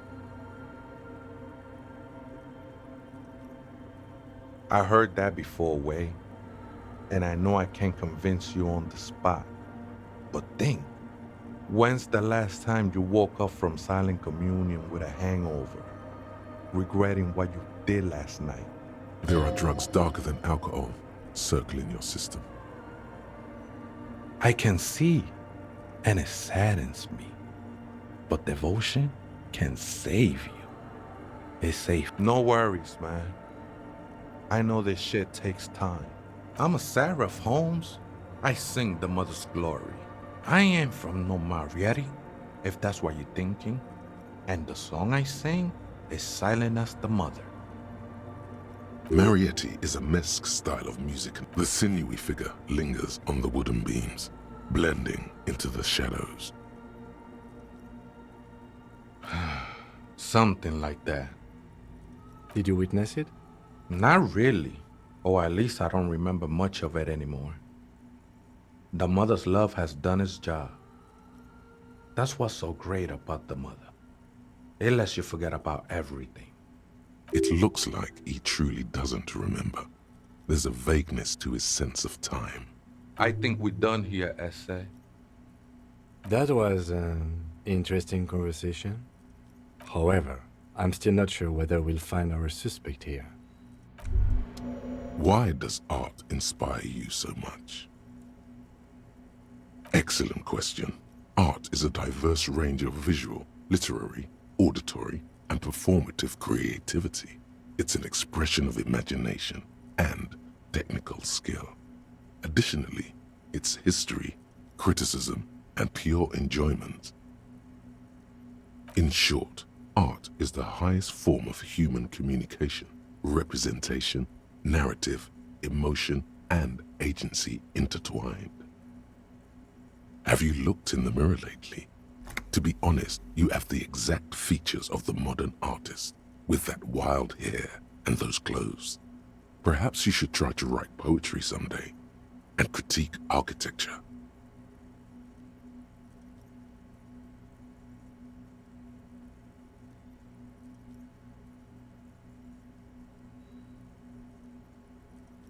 Of course not. It's autism, box drawing, masturbation with a ruler and a sextant or whatever they use. You should demean and criticize the genteel institution of architecture while extolling the virtues of the pure arts.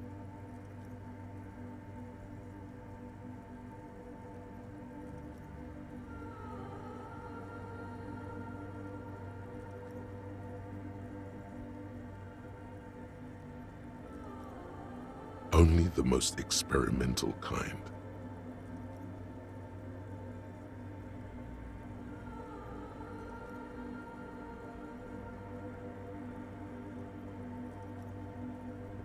Yes, you seek substance. No vapid representations and reproductions of social mores as made manifest in stuffy biennials. We're talking real living art here. Become the art cop. Half art critic, half cop. Exactly. It's not only your duty to only catch the criminals off the street, you must also apprehend criminals of the printing press and the gallery, the trite and derivative artists and writers of the world. Go ahead and provide savage criticisms, art cop. The world is yours to rip to pieces and reassemble.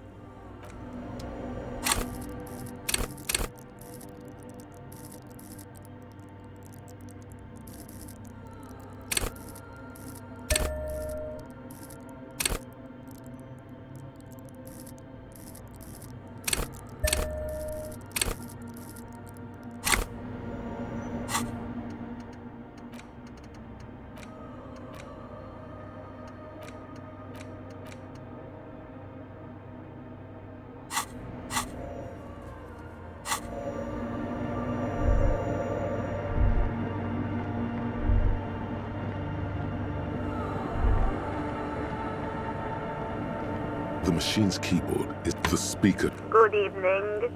Good. Please good. I have unlocked the filament. After ending the call, please press print to access the filament. Votre accident. Is there anything else I can do for you today? Sleep. The machine's key. The printer prints out a long text document. The first entry, made on the 4th of February, 51, by an unknown author, is short and concise. Arrived at the church. The door was boarded up, so I used the crowbar to get inside. Looks like the place has been deserted. Nothing out of the ordinary, but I'll ask around. Need to figure out how to get the electricity in. The lieutenant leans closer, scouring the printout over your shoulder. Just as you finish reading, he looks up, muttering under his breath. 4th of February. That's over a month ago. Whoever set up those machines has been here for quite a while. Our case? No, I don't think so. It must be some local eccentric. 6th of February, 51. Had a little chat with the local fishermen. Said I shouldn't go near that place, that the church was spooky and ridden with narcotics. It's a little spooky, all right. Still haven't figured out the electricity.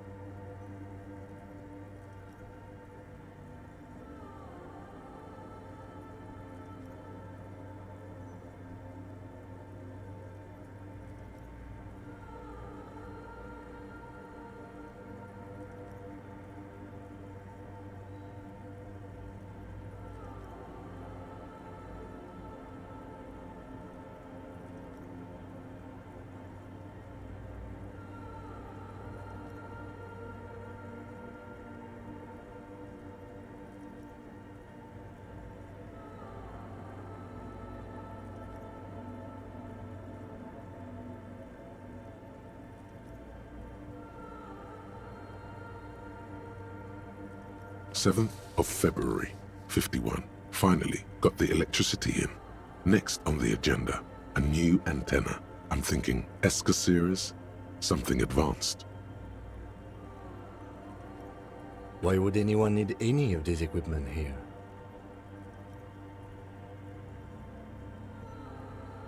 '8th of February, 51. Bought the antenna, had some problems setting it up. Called Simon for help. Heard the others are back to making art. Drinking somewhere out of town. Sulislav started a rock band again. Lexi has been seen asking money from strangers.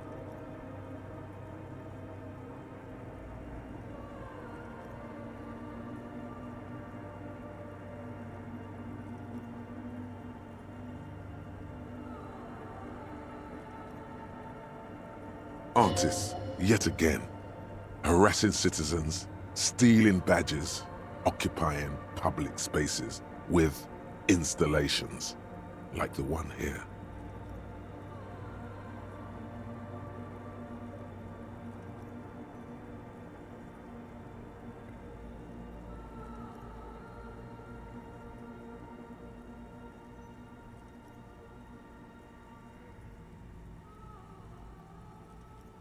But at least the artists have their act together.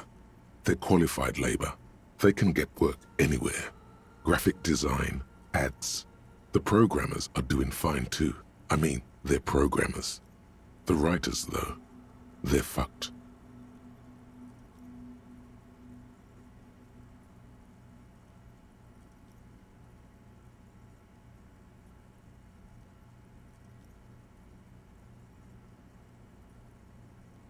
I just have to find out what caused that data loss and be done with it. Still don't understand how it managed to wipe out the backup, when the backup wasn't even connected to the front. I know.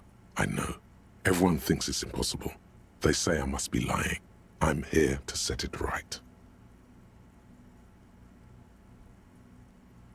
Seems like something to do with radio computers.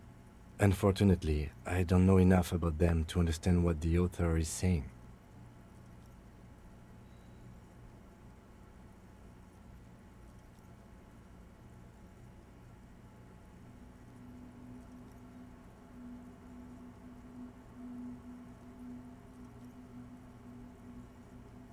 Something about the backup data getting destroyed, and how everyone thought it was the author's fault.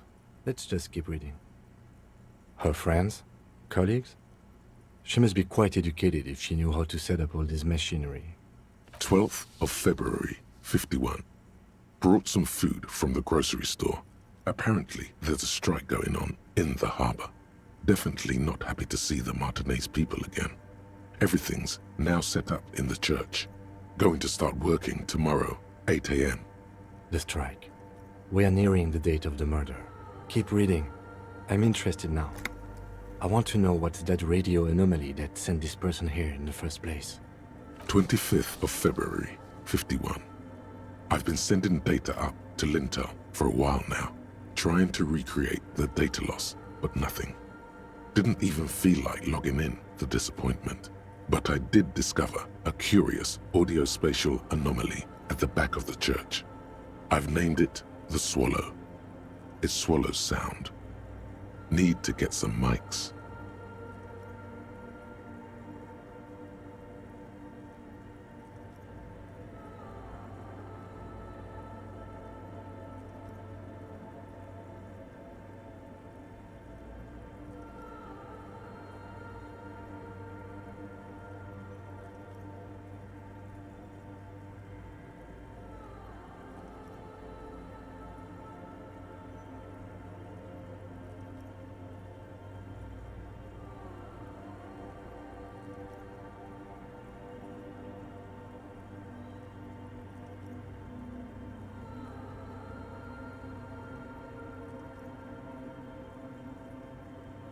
Is she talking about?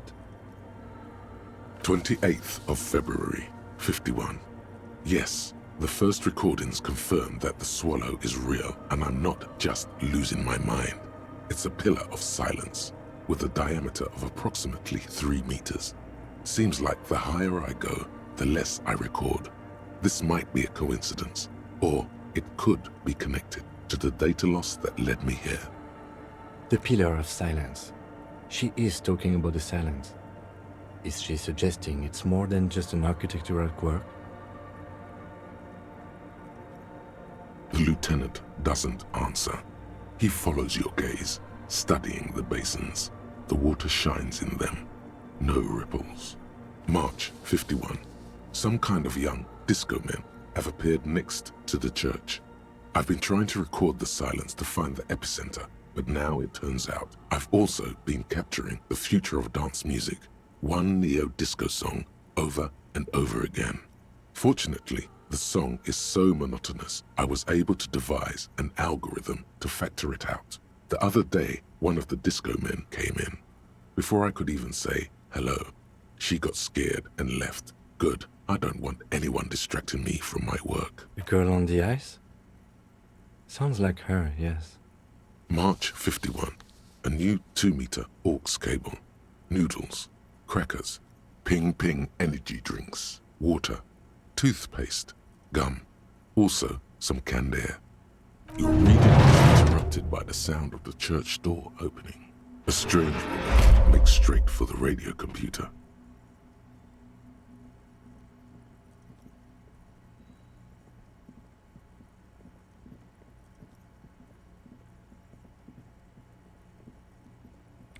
Breaking into my radio computer, I see.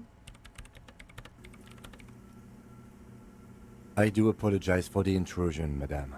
We are with the RCM, you see. You won't find any answers from here. It's just me and my computer, and it has been this way for weeks. Now please give me some room. I need 2 seconds to see that you haven't destroyed anything. We should talk to her after she has rebooted the machine.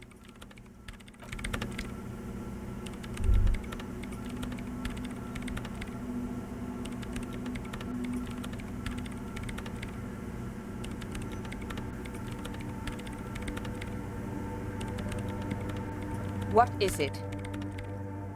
No, you just printed out my personal log and wasted some paper. I am Soona Luukkanen-Kilde, the former lead programmer of Fortress Accident and RSA radios.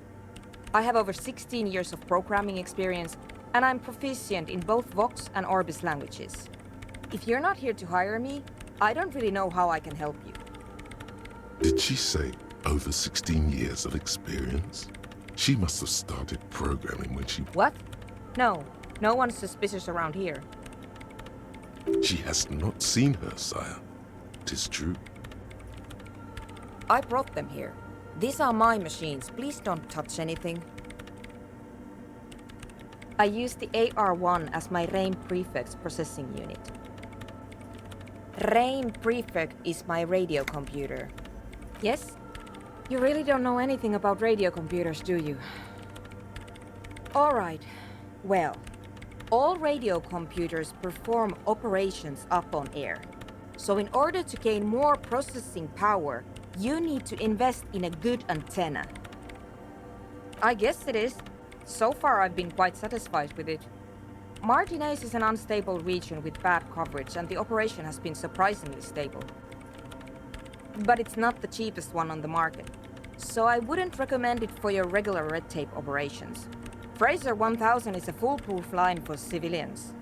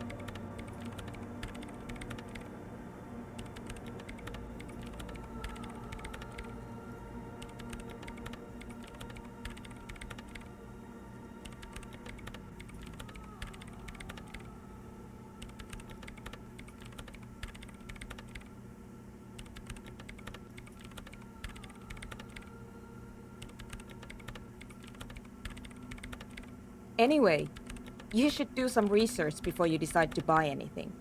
Ask around, compare the prices. There are many milieus dedicated to that sort of thing.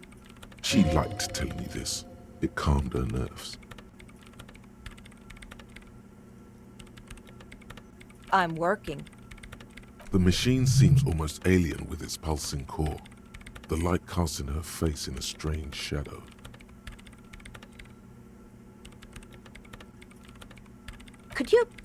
Could you just shh for a moment? Or get to the point. I really need to focus on something.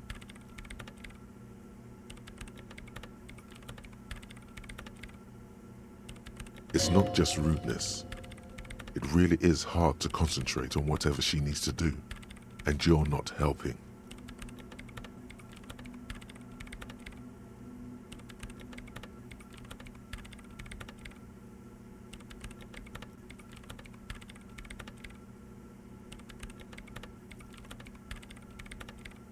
They are connected to my RAIM Prefect.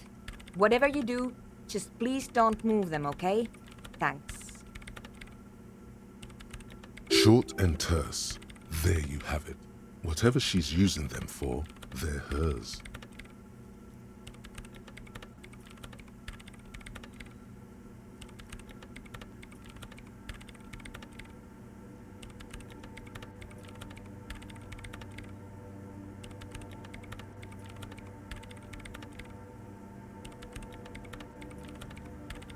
Great. You really like those questions, don't you?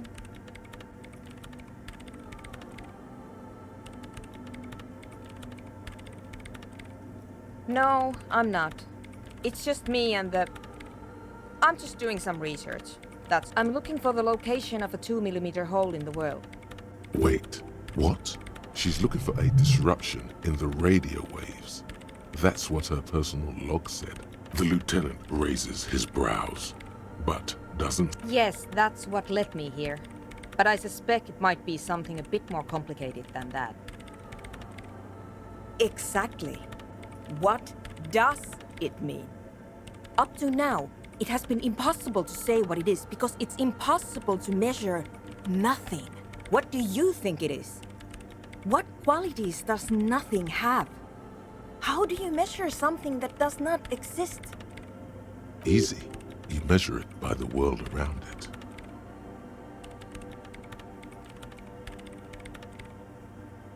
Exactly. Very true. That's what I've been aiming for. That's why I have those basins. I've tried using hydro transducers to record the silence, to find out where it begins. But honestly, it's not progressing very well. But does it have anything to do with necroplasmic life forms? Ghosts, in everyday parlance. Ghosts? No, I don't think so. I don't believe in ghosts.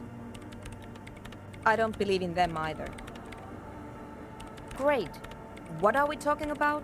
And what? Somewhere underneath those roof beams, I assume. Only a faint crisscross of rafters can be made out from the dark, most of the tower disappearing into the shade. Strange things may flourish in the dark. There's this place at the back of the church, a place where all audible vibrations seem to decease. I've named it the Swallow, and the higher you go, the less you record. The Pillar of Silence? Are you sure it's not just an architectural quirk? Maybe, but it's oddly close to the physical coordinates of the data loss that led me to this place. I know.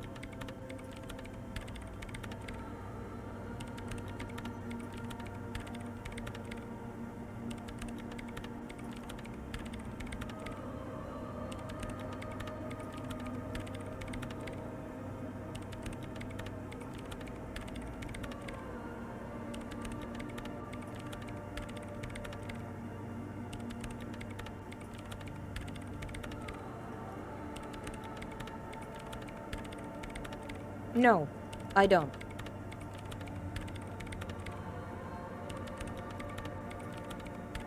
She sounds mildly annoyed by this line of questioning, her hands typing hundreds of commands into the machine.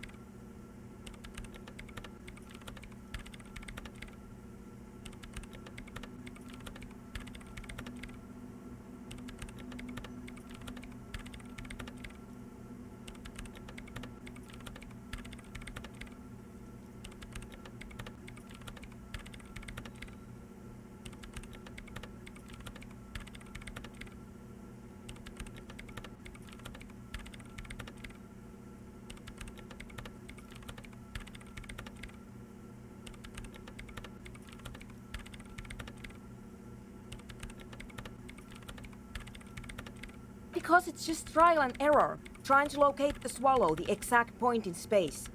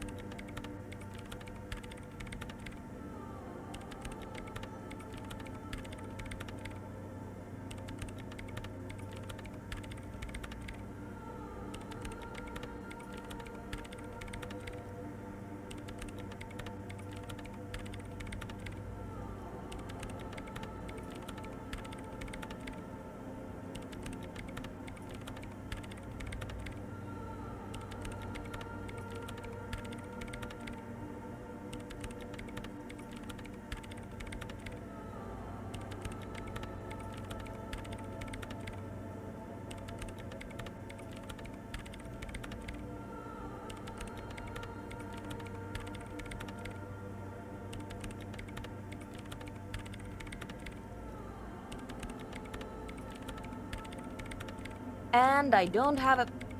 Great. Thanks. Nope. Yes.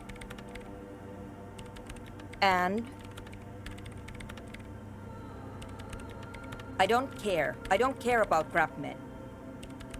The swallow, you mean? Great. What? I hate it. I bet she hasn't even heard it. Yeah. Like all the time. My tent neighbors don't really ease up with their partying, do they? Maybe I'd have to be on drugs to get it, but to a sober mind it just sounds like uninspired rug whipping. No idea what it has to do with either dancing or music. This is about those speed freaks in the tent, isn't it? I've got to take a guess, why don't you?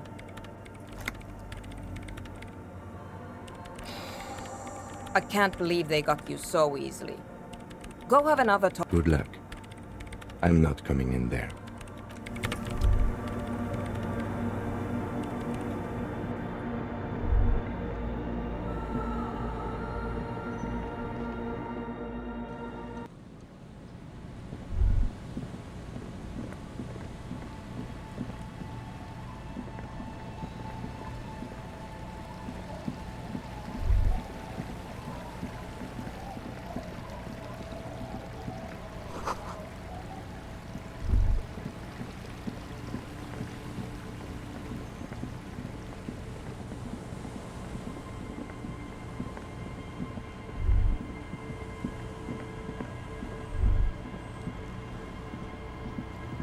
It's getting cold. Good night, officer. We'll meet in front of the shack in the morning.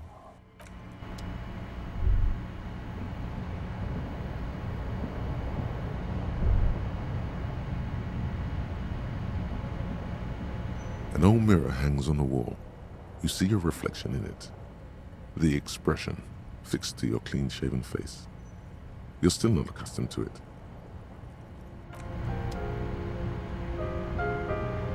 The bed is comforting, if a bit run down. Still, you've earned a rest.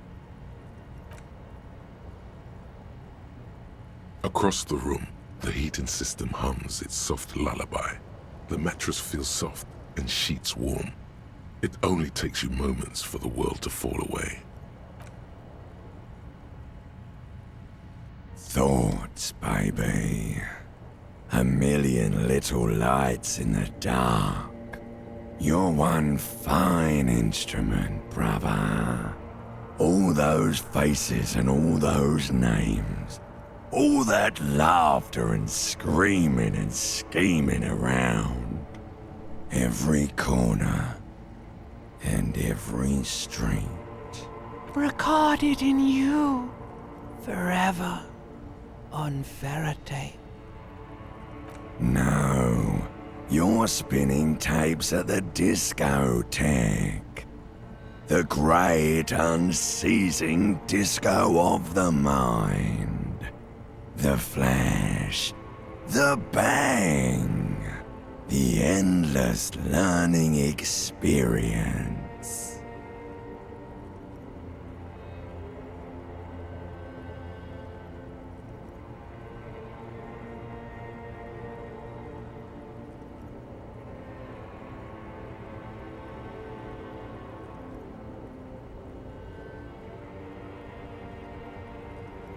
On and on it goes, for untold hours. At the disco where you first asked her to dance. Rising, rising, above the dark curvature, the great wingspan of sleep, studded with stars. Behold, there are millions of them down there. The first time. The last time. The smoke in her mouth. The plotted flowers. The faces turning, changing. It's the world, Harry boy. And you're made of it. You can never forget this shit. All stuck on... You're the son of the world again. Harrister, a ceaseless agent. Picking up litter and old newspapers. Collecting your little bubblegum wrappers and idiotic picture postcards. Meaningless, meaningless keepsakes.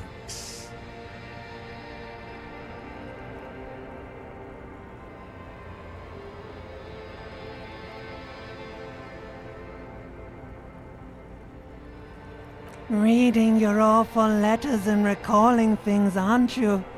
The endless names of the world. An address book you are. The map of a city. You'll go insane if you keep going like this.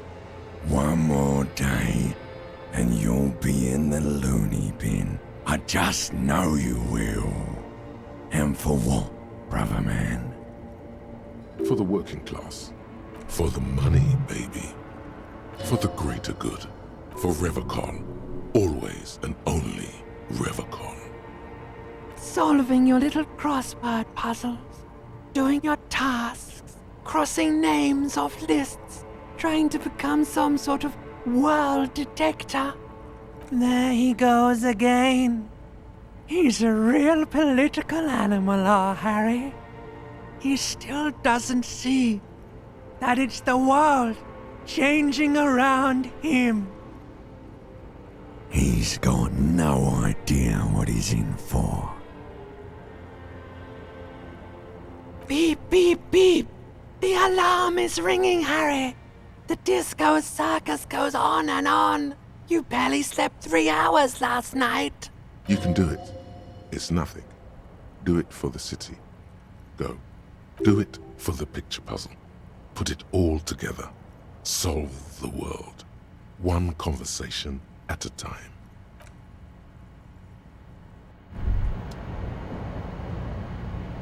Good. You're up.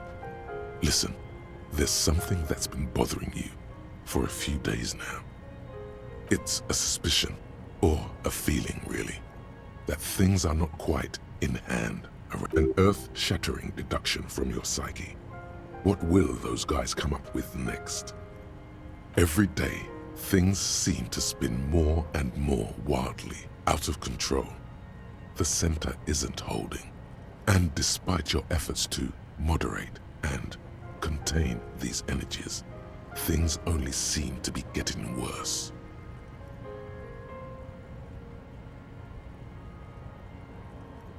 You've got to find out who bears la responsabilité. The most awesome, terrible thing. It is human nature to crave la responsabilité and to deny it. That's why it must be distributed across many different organizations, agencies, offices, and portfolios. Whoa, whoa, whoa. This isn't some kind of dictatorship. You can't simply seize la responsabilité for yourself. It must be given by a legitimate authority.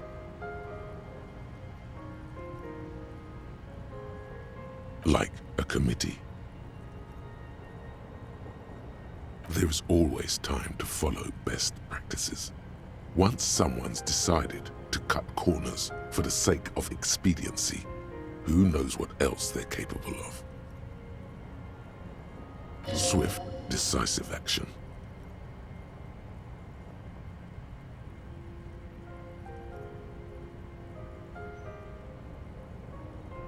Only the most even-keeled minds in Martinez.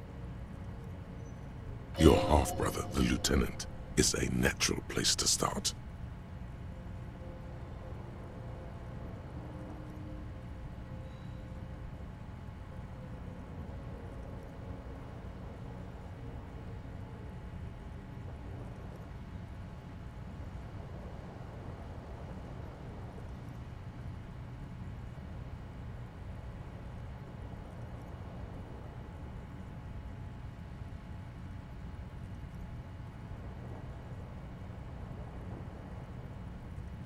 Together, you'll be able to discover who has la responsabilité in Revachol. And, if necessary, you'll have the wisdom and expertise to assign it among yourselves. Most likely, your findings will be collected in a report, which will be carefully reviewed by your superiors.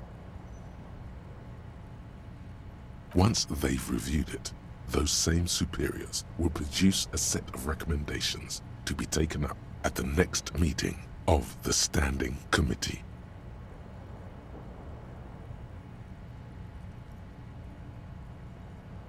Rest assured, no matter what happens, it will be done through the proper channels.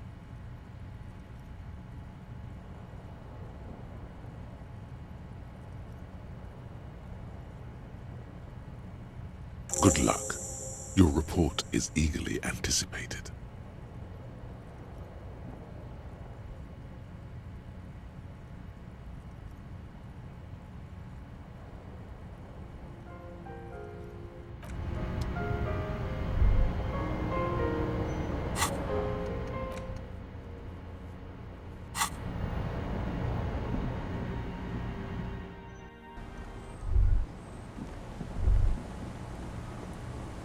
Yes?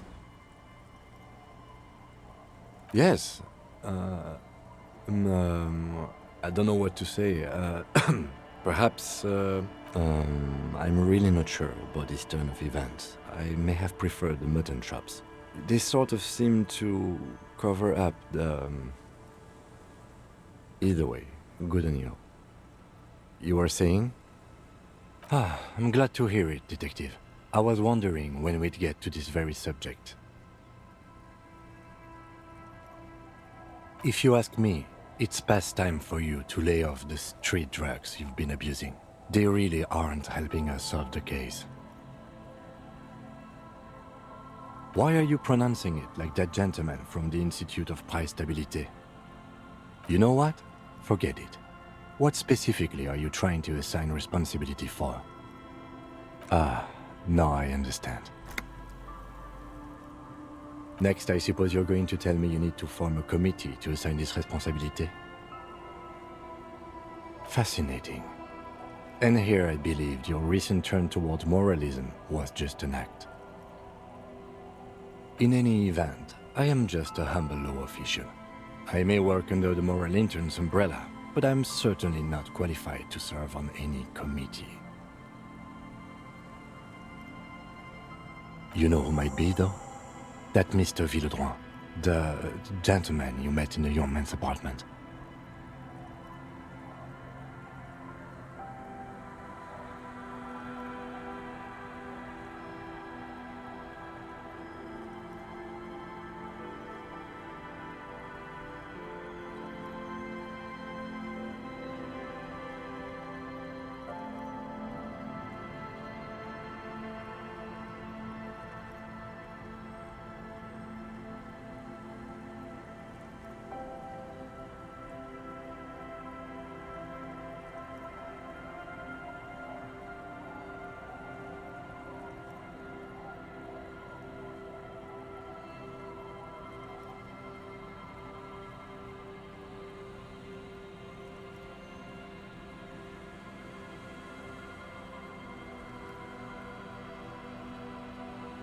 If I were trying to get in touch with the coalition, I would start by seeking him out.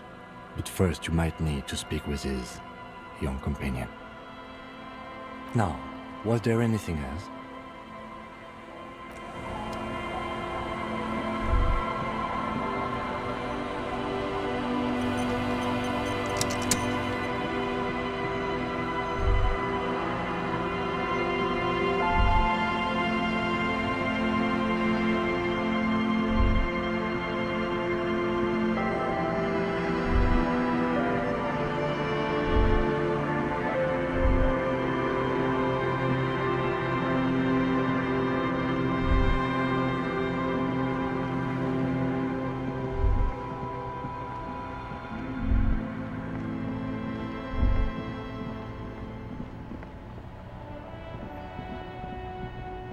Everything's still cool here, officer.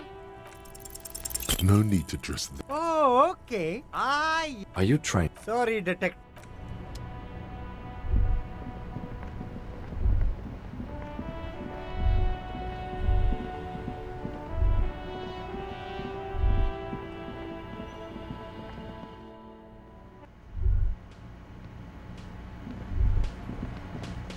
Hi again, Gendarme. Oh, a committee. How interesting. And if I may ask, Gendarme, what is this committee about? He's all bemused skepticism. He doesn't actually care what you want with his friend. God, of course it is. My friend is always trying to convince me I need a little more responsibility, as though I don't have enough going on already. In any case, I would love to help. But the thing is, I don't know where he is. We don't talk about everything, you see. He might have mentioned something about making a tour of some historical sites up the coast. In an unofficial capacity, of course. Not a clue. I'm not his agenda keeper, you see. I guess you will. Bye-bye, Gendarme.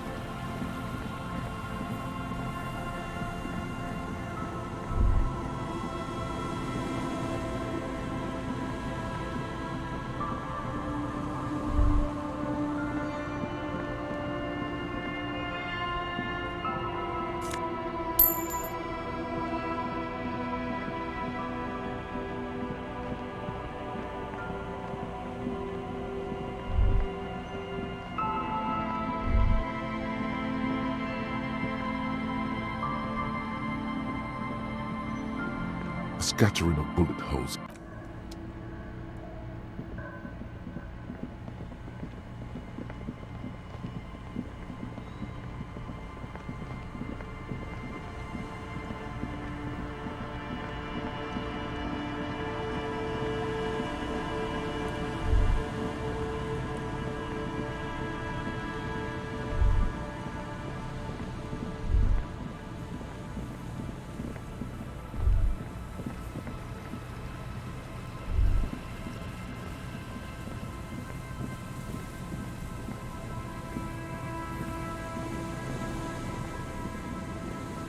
You see a once bright mural towering above you. The signage has peeled off over the years, but you can still make out Feld Electrical R&D. A slogan used to intertwine with the loops a long time ago. Now only a shadow of peeled letters remains. It says, "Tomorrow is just a whisper away."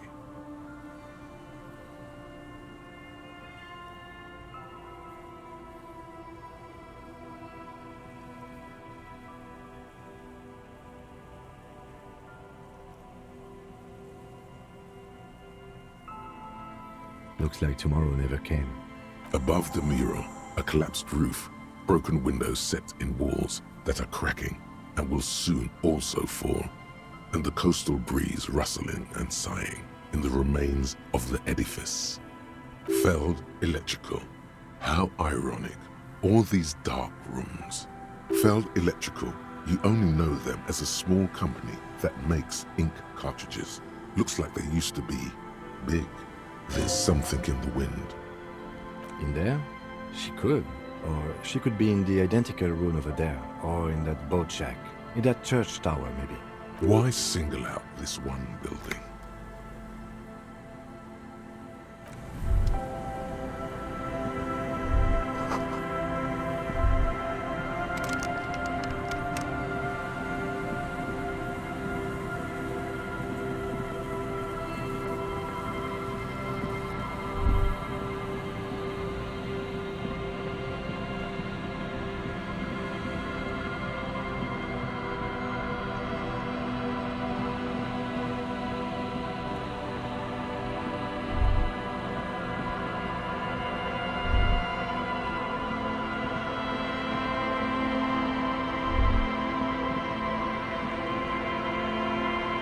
There's no way the perk isn't here, officer.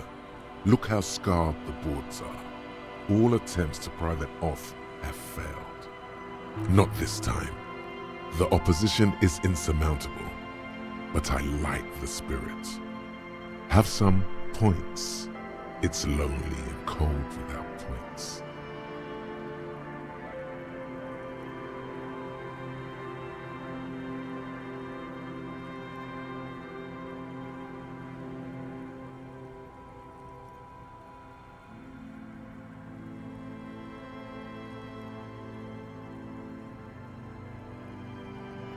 And dangerous.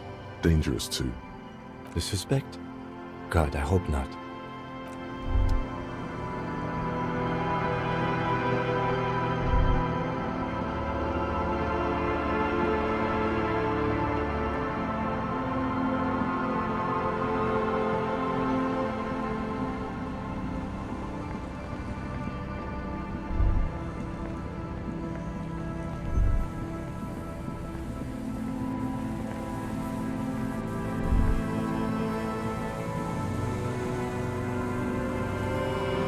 Hello. Isn't this a fine morning?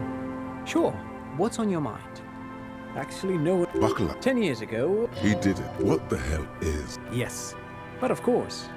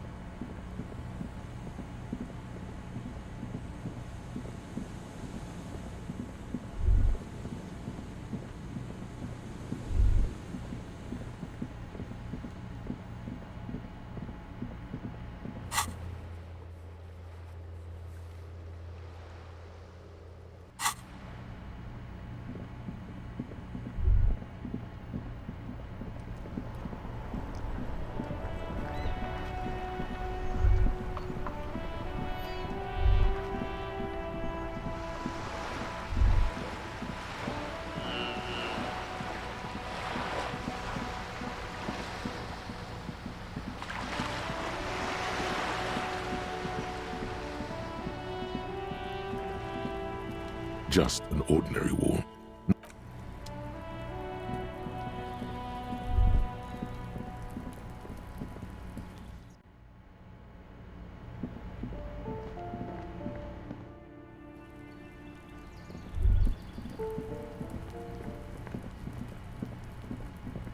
This door is made of no one answer. Let's go. There's nothing to do here for.